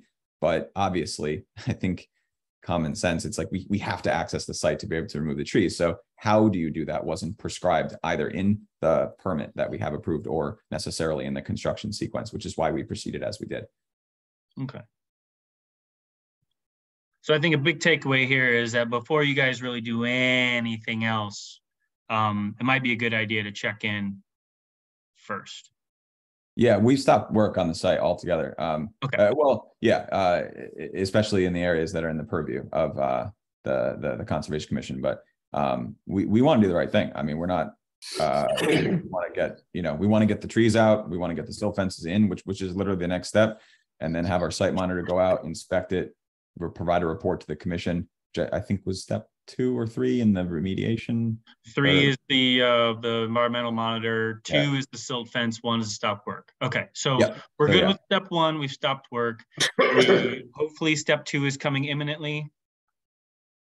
Right? Yeah, Alexis has been on, the silt fence. Well, the thing is, how do we install the silt fence in the site? If I guess we can leave the temporary bridges in place for now, or what? Because we wouldn't be able to, just like we can't get trees out of the site without a temporary option, we can't get the silt fence into the site without it either. So I think let's just assume that it's some logs across the brook right now are not the worst of the issues. How about that? So why don't you, I would say, unless anybody else disagrees with me, yeah, go ahead and keep using the bridge if you need to get some erosion fence out there. Okay, fair enough. Okay, and we will do that. Yep. Okay. So I think you've removed all the trees within your limit of disturbance. If anything, you've removed more trees than what was approved. So I don't think that there is any reason for concern that the silt fence is going to be toppled by some additional clearing. Okay. I think so. I don't know. I think my contractor was still working on removing trees when you showed up on site that day. But yeah, I guess appears so, to be done. Okay. Then yeah, we should be able to get the silt fences in. Yeah, there's no problem with that. I had it backwards where I wanted the first thing to do would be to get a report from an environmental monitor out there immediately. That was what I thought was a critical piece after we stopped working, obviously. Those 2 seem to be kind of top on the list. So we're still contracting. Alexis, I think you've seen Otto, the emails with Otto, and I haven't received a response from him. So I think we're going to move on to some other. Well, I would say that if you are seeking to hire someone that needs to ask me for what the environmental report would entail, then that person is not qualified. Oh, okay. Fair. I thought you had said he is a soil scientist and therefore could be the environmental monitor. He is a professional wetland scientist. I'm just saying that the permit says a qualified environmental monitor to do X amount of work. And if the person that you're hiring needs to, I think your request was, your email to me was, can you send me an example? Because the person I'm looking to hire doesn't know what would be contained. I'm just advising you that that's a sign to me that they are perhaps not, that they don't do these environmental monitorings regularly. That's all. Okay. Yeah, he was our soil scientist for the site. So we thought he would be the right person for the job. He's not been responsive on an email anyway, so I think we'll probably get someone else. But yeah, there's no reason that we can't agree on that as a necessity. It's a part of the permit as well. My biggest question is, obviously this permit violation order says to do things that are counter to other construction sequences that we have. I'm just trying to find what is the correct path. And I know you said, Stephen, that this is we're not trying to solution in this meeting necessarily for what the steps are. But if you want us to redo the construction sequence and enumerate this, we just need to know that. Or do we want to rewrite the permit? Do we want to modify this violation order to address the kind of the gray areas that exist between the approved permit and the construction sequence, which was the initial cause for confusion that we have? That's the reason why we're here today. So you have a few options. So obviously you have an order in front of you. It has a 7 different directives, and all those directives have timelines that are in the past. You could either modify the elements of those directives and uphold it. You can withdraw it, or you could potentially table it to your next meeting. You don't have a meeting though until April 25th, unless we convene a special meeting just to deal with this. The potential modifications of the directives of the order could include new dates. It could include the filing of plans showing the new proposed work.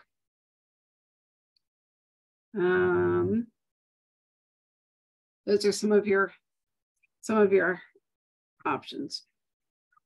Yeah, I mean, I think the new dates make sense. I think we had connected, like it was like less than a week maybe that we had to kind of get a lot of these things on the 14th executed.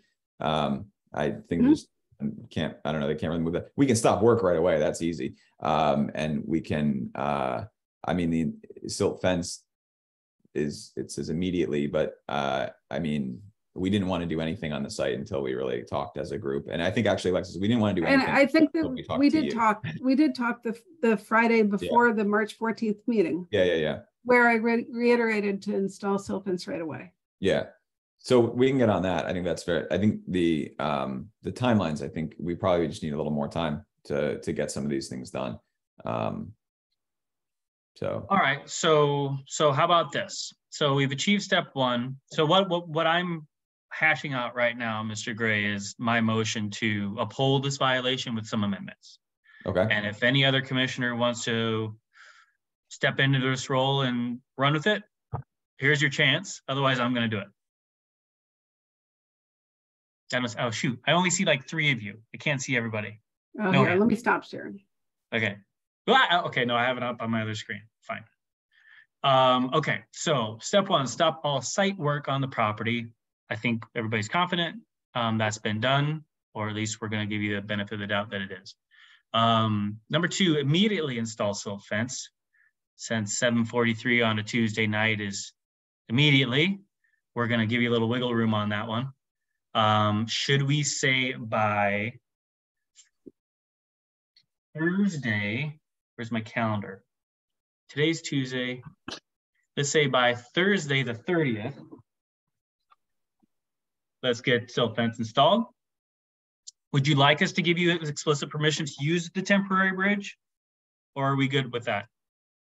I guess it's been recorded in this meeting, so I don't know. What do you mean, like in writing or something? Like, yeah, I don't know. I just don't want there to be any confusion. Yeah, that'd be great to have it in writing to say explicitly we can use a temporary bridge. That'd be great. Okay, good. So that's number 2. Number 3. For the silt fence or in general? No, for the purpose of installing silt fence and satisfying, I think, the order, right? Oh, I'll let you guys come up with the legal jargon there. Well, it doesn't really need to be legal jargon. That's kind of the underlying point here. But anyway, so let's see. We're on to number 3. On or before X date, we need to have a qualified environmental monitor. So let's make this as easy as possible. If you were to, for example, get on the phone tomorrow and call all the environmental monitors you can find, how quickly do you think you can get one engaged? And Alexis, do you have a list of people maybe that the Grays could contact? Yeah, we have a list of environmental consultants. Okay. Did we give that list to you already? I don't have a list, but I supposed Otto would be the person, and that's why we proceeded via email the last 2 weeks to try to get him to come out, but he's not going to work. So yeah, I mean, I think there's others out there. I would probably just call around and get as many quotes as possible for what that would look like. Yeah, if you could provide the list, that'd be great. Alexis has your email address, so I'm sure she'd be happy to send that over. Yeah, thank you. Okay, so let's say, gosh, by the end of next week, anybody? Is that a reasonable amount of time to give them to engage somebody and at least provide a report to the conservation office? And actually, maybe we want to say, oh, go ahead. By April 7th? April 7th? Sure. And let's also say, Alexis, if you're, or I hope you're writing, I should be writing some of this down, but I'm just trying to think before as I open my mouth. So April 7th is the deadline to have it inspected and have a report submitted to the conservation office. Oh, that's the deadline to have a report. No, I was just saying have someone engaged to get out there. To have someone monitor the site? Well, I don't know. What do you think? I mean, can they get somebody out there in a week and a half? A little over a week and a half? Yeah, I would think so. Probably, maybe. I mean, I don't know. Okay. All right. So let's have that done by Friday, April 7. Okay. But then now in line 3, it says immediately complete any actions identified in the monitor's report. That could be immediately to 48 hours. 48 hours. Well, they're not going to work over the weekend. So let's say, yeah, I think we gotta, I think we have to think about this in like realistic terms. Like, I don't think we're going to be able to install a silt fence by in 2 days. I mean, it's Tuesday evening. The 30th you're giving us, right? That's 2 days from now. That's 48 hours from now. Yeah. I mean, I just don't think we'd be able, I mean, my contractor has stopped working. He's picked up other jobs because we've stopped working. So, I mean, I have to get back on the schedule to see how quickly we could get that back into the site and installed. We have to source the materials. We have to get to the site and do it. So, I mean, I would say, I think the 25th is the next time we meet. That would be a good, like, kind of like bucket date for a lot of these things that we bucket into. No, I'd say that the site is disturbed and it needs to be stabilized. And you also got this letter that says immediately install silt fence on March 7th. Yeah, I think you kind of played that card, guys. Let's make it happen. We'll give you until Friday. How about that? Okay. We'll do our best. Yeah, I think we can get, I think like next week would be better. Maybe the middle of Wednesday of next week. Give us at least a week to get some of this stuff done. We haven't done anything because we've completely stopped, and we've said let's pause until we have this meeting. We were expecting the meeting to happen on the 14th, where we could have gotten clarity and obviously, you know, we could have jumped into it, but we didn't want to do anything on the site until we had a conversation with everybody like this. Okay. Well, commissioners, should we give them until April 5th? At this point, it's been, let's give them until. I don't think so. The site is disturbed. My vote would be for them to find somebody. It could be a landscaper. There are lots of people who can install silt fences. I think the site has been disturbed for a long time. We're expecting rain. That would be my vote, that it be sooner rather than later. All right, well, let's stick with the 31st, unless anybody else feels otherwise. Okay.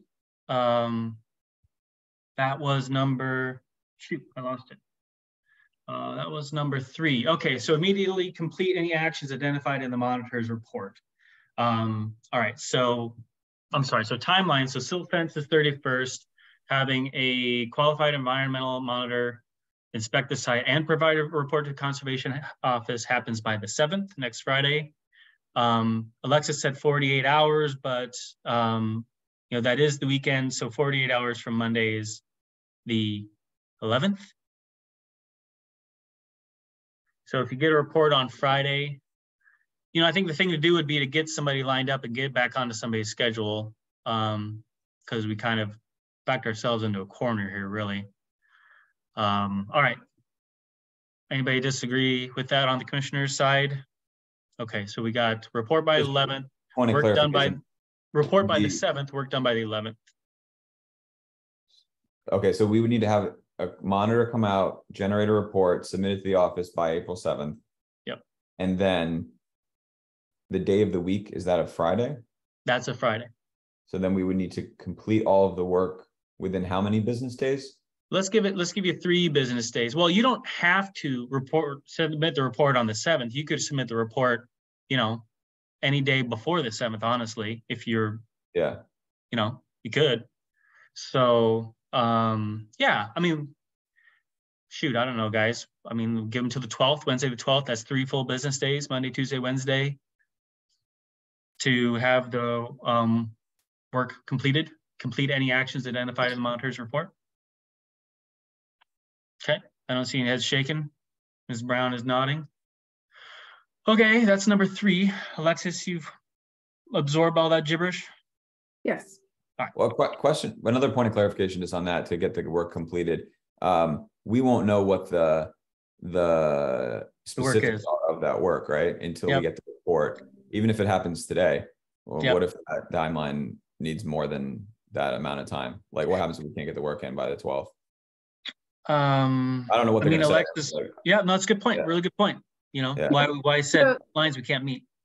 So a typical inspection report identifies actions that need immediate attention, and then other things that are more long term. So deficiencies in the silt fence, sedimentation or erosion control issues, those all need to be work done by the 12th. If the monitor says, this timber constructed bridge needs to go, that's not something that you can do immediately, and you'd have to come back to we'd have to work something out. Okay. All right. Yeah. Just my concern is, can we actually, like, we're putting dates to things. I want it to be achievable and possible. So yeah, I think, I guess if it's the immediate course correction, I mean, most of it's going to be silt fence, I imagine, right?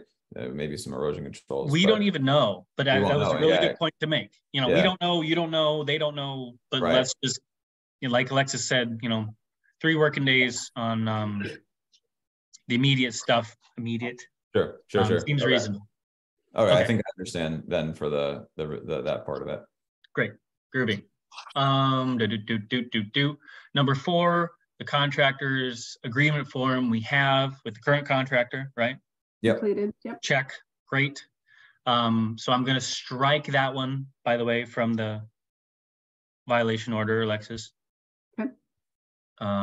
For one, can we edit it instead of stop all site work on the property? Just say, what is a way to say continue stopping? No. I think you can just say stop. Okay. All right. We'll leave that alone then. Tense be damned. Yep. Number 5, the cash bond. What do you think? My cousin Vinny down the street's real nice. Just kidding. I think when that is the purpose of the cash bond is to be able to restore the site if needed to original or close to original condition if we can't complete the work to the permit specifications. I mean, a lot of that is, I don't know. I mean, a couple of months we pull up the bond, send a check over to you guys. You guys hold it in escrow. Is that how it works? Right. It is a cash bond. It's a check that is held in escrow, and then when upon its return, you get the interest. It's cut. There are 2 different portions. One portion is eligible for release upon site stabilization. So it covers for example, if you failed to install the silt fence and had posted the bond, we'd use the bond to have the silt fence installed. The other portion covers the plants, and that's held for 2 full growing seasons. Alexis, if we had the bond, if they'd actually, followed the original approved plan, could we have used that? Maybe this is a question for another time. Could we have used that just to have someone go out there and install their own silt fence? Since if necessary, yeah. So I would could have, but probably the administrative process of issuing violation to compel the permittee to do it. But then the short answer is yes. That's why it's there. Got it. Just for my own education. Okay, cool. All right, so guys, I don't know, a couple months sounds okay if you had started 2 months ago. Commissioners? In the We're losing Ed. In the permit directive, doesn't it say that the cash bond needs to be in place before work starts? Alexis is nodding yes. Yes. So we could put a timeline down that works, but it doesn't. But then work would have to be delayed in starting until that's received. It's my understanding. That's correct. Other than silt fence, I do not include necessary sedimentation erosion control measures installation as site work. But you're And correct. whatever comes up in the environmental report. Correct. Mr. and Mrs. Gray, do you understand that? And do you have any disagreements with that?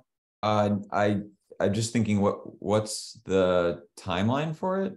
So, Well, it should have been a long time ago. So, I mean, what do you think is reasonable?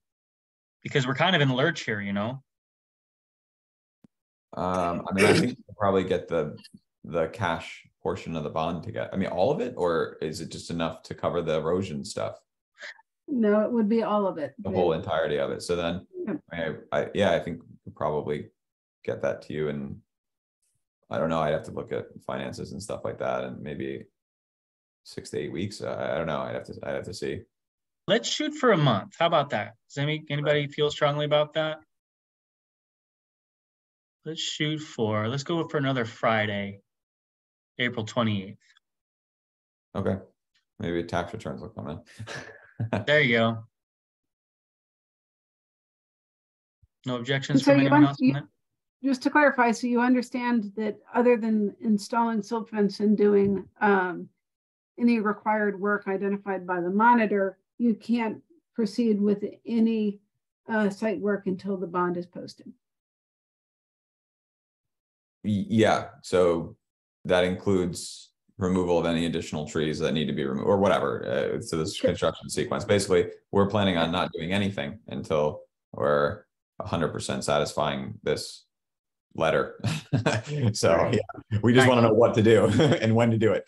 And you know, if we can get it done, obviously we're going to learn from the site monitor what else. But I think silt fences, erosion control, and then ETC will be the next bit of that. Yeah. And does that include, Alexis, a work that's being done on the easement with the Orchard Lakes, which is up west of the... No, that is fine. You can continue your Orchard Lake easement work. Okay, cool. Yeah, all right. You said April 28th for the bond. Got it. Okay, thanks. Okay, we're on to number 6.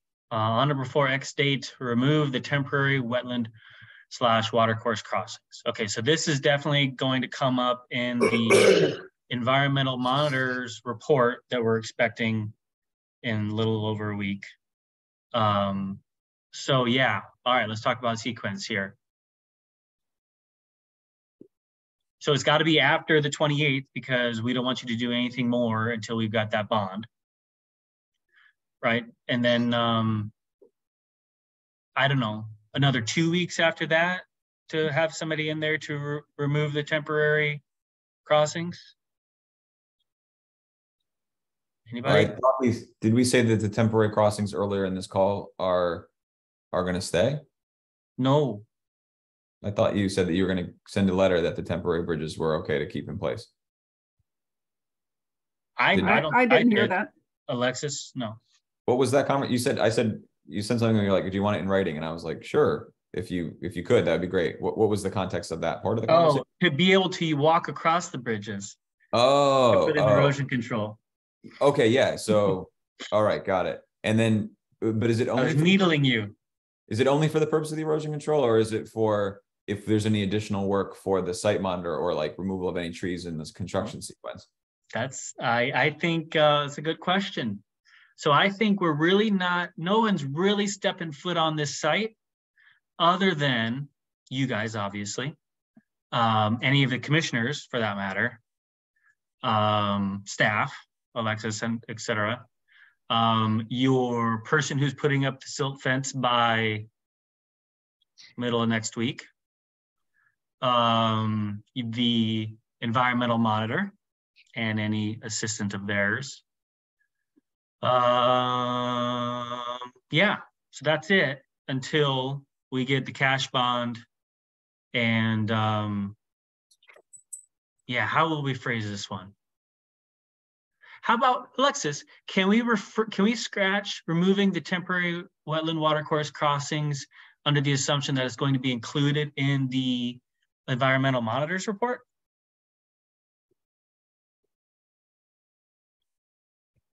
Or is that too open-ended? I'd say that's too open-ended. Okay. And I think that the original permit didn't envision that there would be temporary bridges. So there was a glitch, it sounds like, in terms of taking out the trees, but I think there was a intent that there would be more permanent bridges would be built first before construction would begin on the site that needed access to. So I think that intent, that's my understanding of the intention. It seems to have gotten convoluted, but I think that the temporary bridges would need to be removed because it sounds like from the conversations I've heard that the trees have all been removed. So that's completed or mostly completed. But I think at this stage, it sounds like it's time for those to come out after the erosion control and immediate action for things that come up in the environment report. Then they need to be removed and a permanent solution put in. That's my understanding from the conversation. Well, what is the next step then? Assuming we can get silt fence in and whatnot in the original sequence, is it logical for building the permanent bridges to be like the next site work that happens on the site? I guess, step one is remove the trees. Step 2 is install the silt fences. So we're doing that kind of in the right order. I guess we kind of still in the right. Step 3 was really the permanent bridge. So essentially, let's say all this goes to plan. We do all the silt fences, which we will. We do the erosion controls, whatever else. I think the trees are all gone, but I mean, if there's one more tree we have to cut down, and that's step 1 of the construction sequence, can we ask you guys, like, can we cut the tree down and get it over that temporary bridge? Like, I mean, we want to bring in hay bales and silt fences, but if there's something else that needs to come over the bridge opposite direction, that's a part of the plan.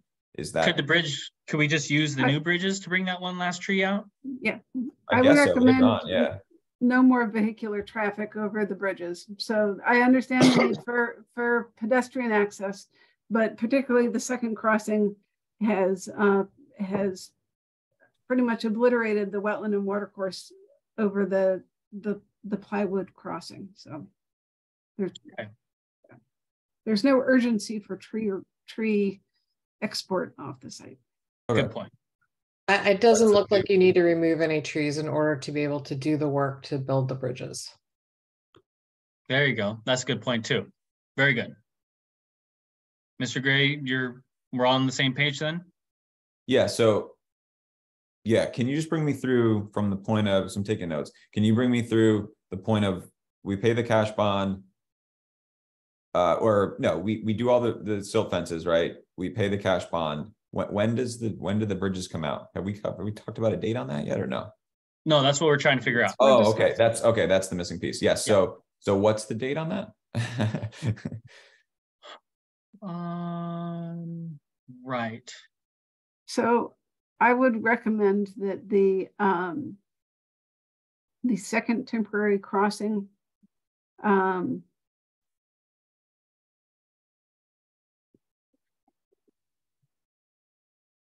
little one, right? The one that the little one be removed.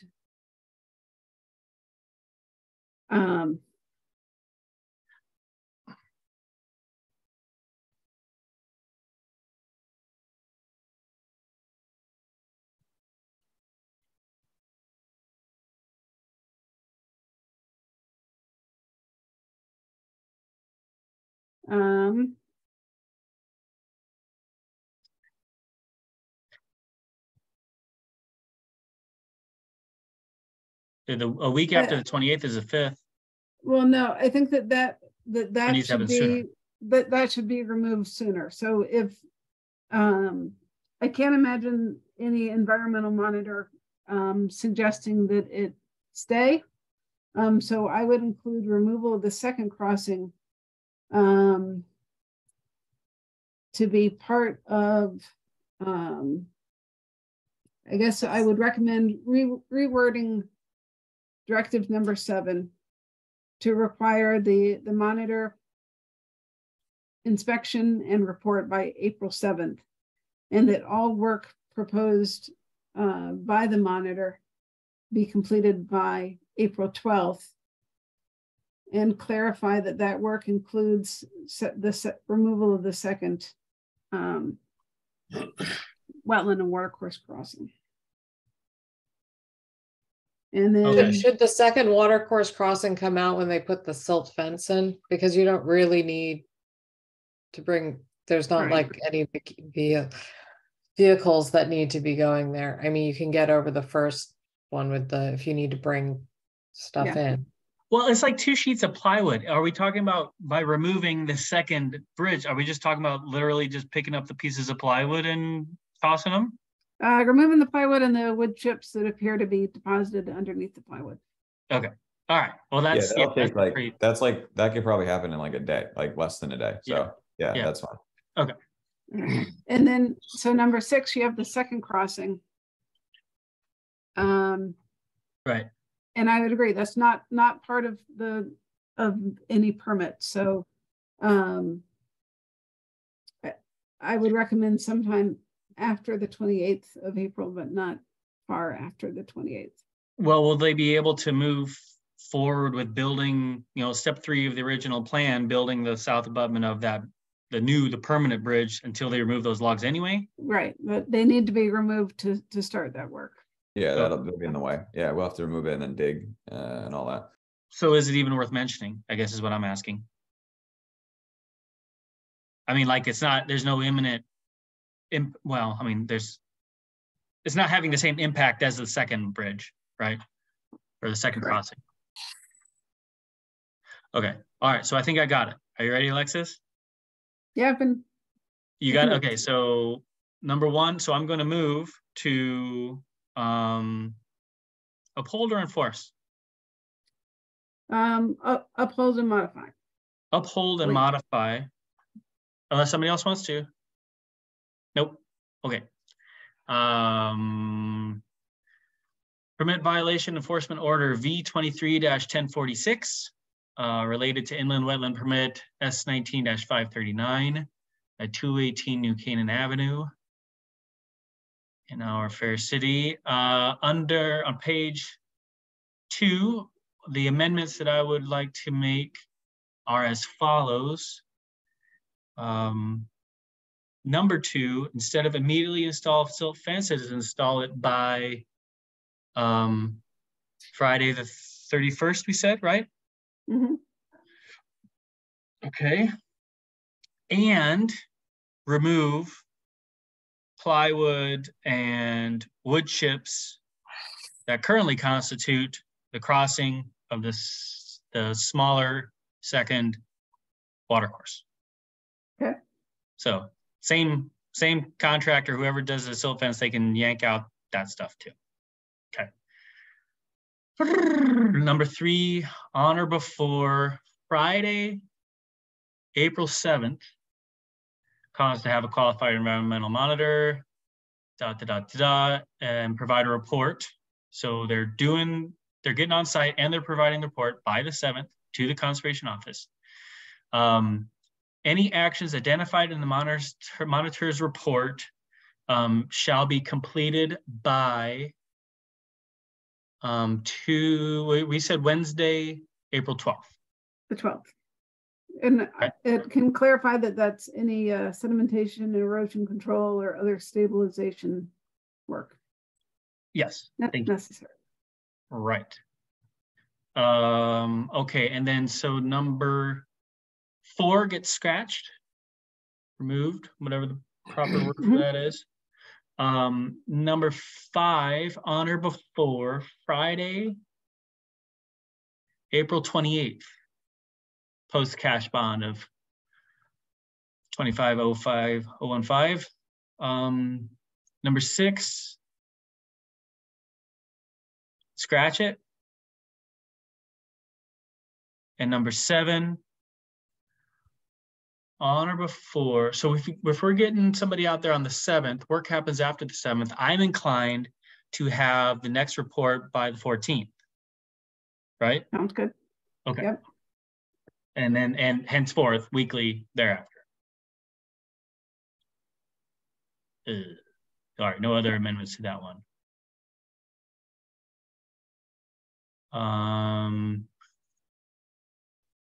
I don't know what you want to do with the paragraph, Alexis, about a show cause hearing shall be held. since we're holding it Oh, right now.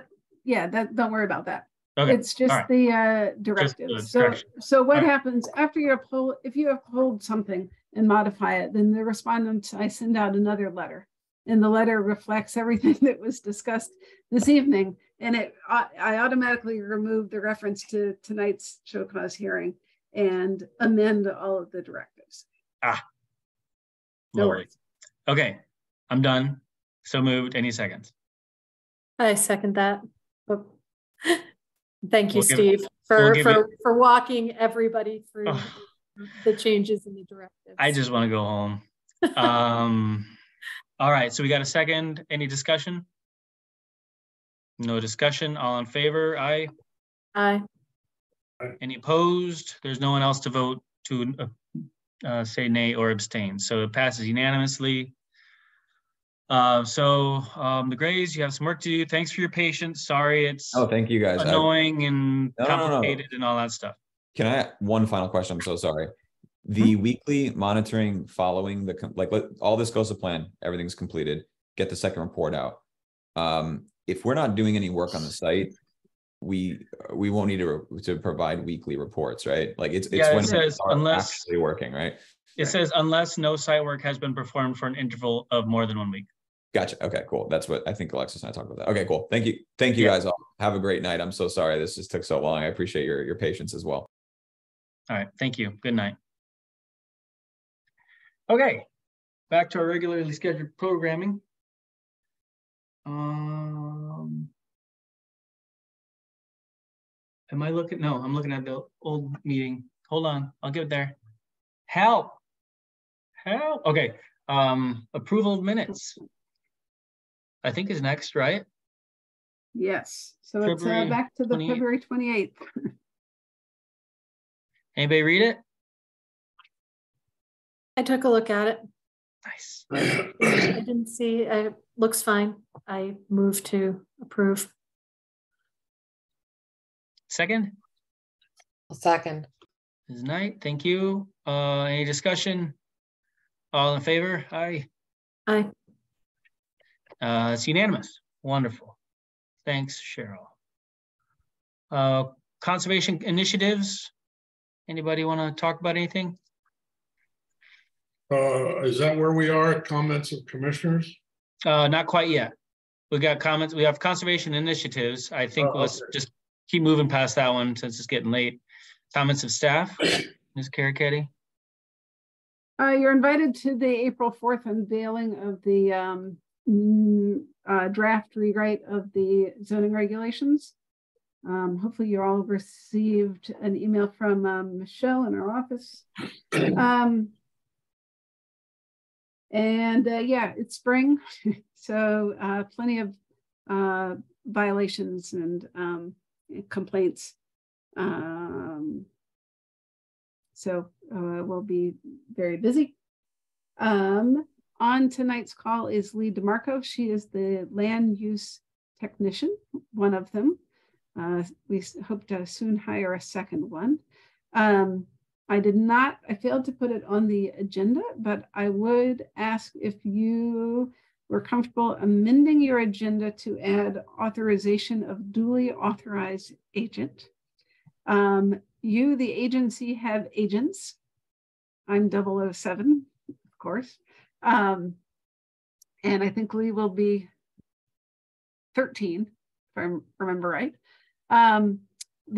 The agency can duly authorize an agent to act on their behalf to do administrative permits or minor permits, as we call them, and to issue notices of violation to duly authorized agents if they have completed the Connecticut Department of Energy and Environmental Protection's municipal wetlands training course.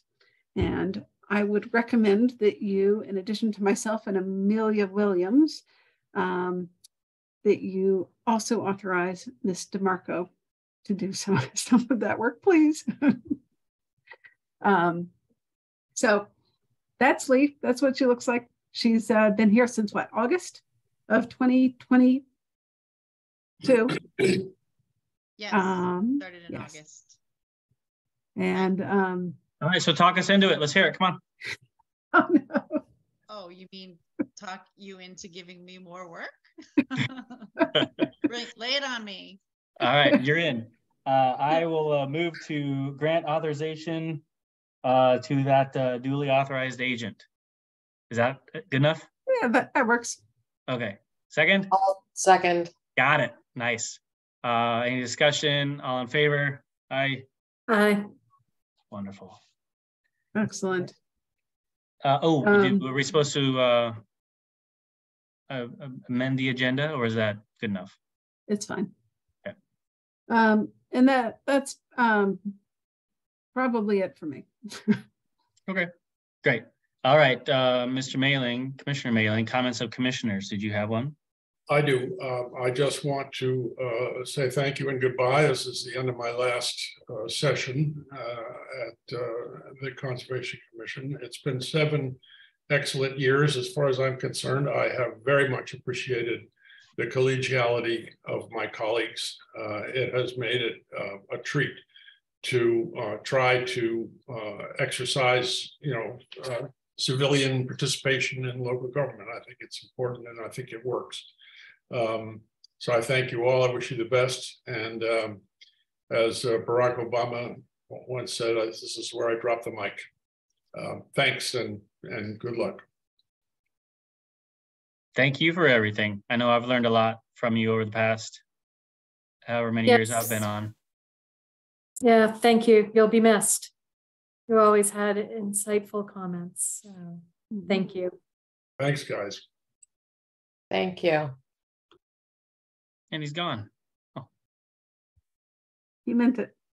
Okay. Well, that's a bummer. I didn't know that was coming. Yeah. Okay. So if you know any if you have any friends that are interested in these fun Tuesday nights, send them our way. Okay. The city is always looking for volunteers to serve on its boards. How many open seats are there at the moment then? Well, we have a few. We have two other commissioners that probably should resign, but are on the books. That would include the alternate Matt Caputo, who has not appeared since his reappointment. He was a commissioner for decades, and then was reappointed kind of against his will. And then Jen Balliet was appointed in 2021, but she has not been attending for over a half a year now. So I'll reach out to her to see if she'd be willing to start attending more regularly. So to answer your question, we have so John, Matt Merluzzi's term, those are officially blank, vacant. And then you have Jen and Caputo's term. So that's really 4 vacancies, I think. Okay. Good to know. I think I know a couple people in town who might be interested. Okay. Great. Okay. Any other commissioner comments? So how many do we need for a quorum? Just so you need 4. 4. Okay. Which you have right now. Nobody leave. Yeah. Okay. Well, then I am going to move to adjourn the meeting. Does anyone want to second that? I'll second. Thank you. Assuming no discussion, all in favor? Aye. Aye. And have a good night, everybody. Good night. Thank you. Thank you. Thank you.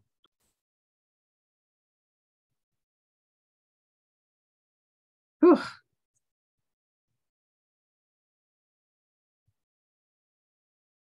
Thanks, Diana.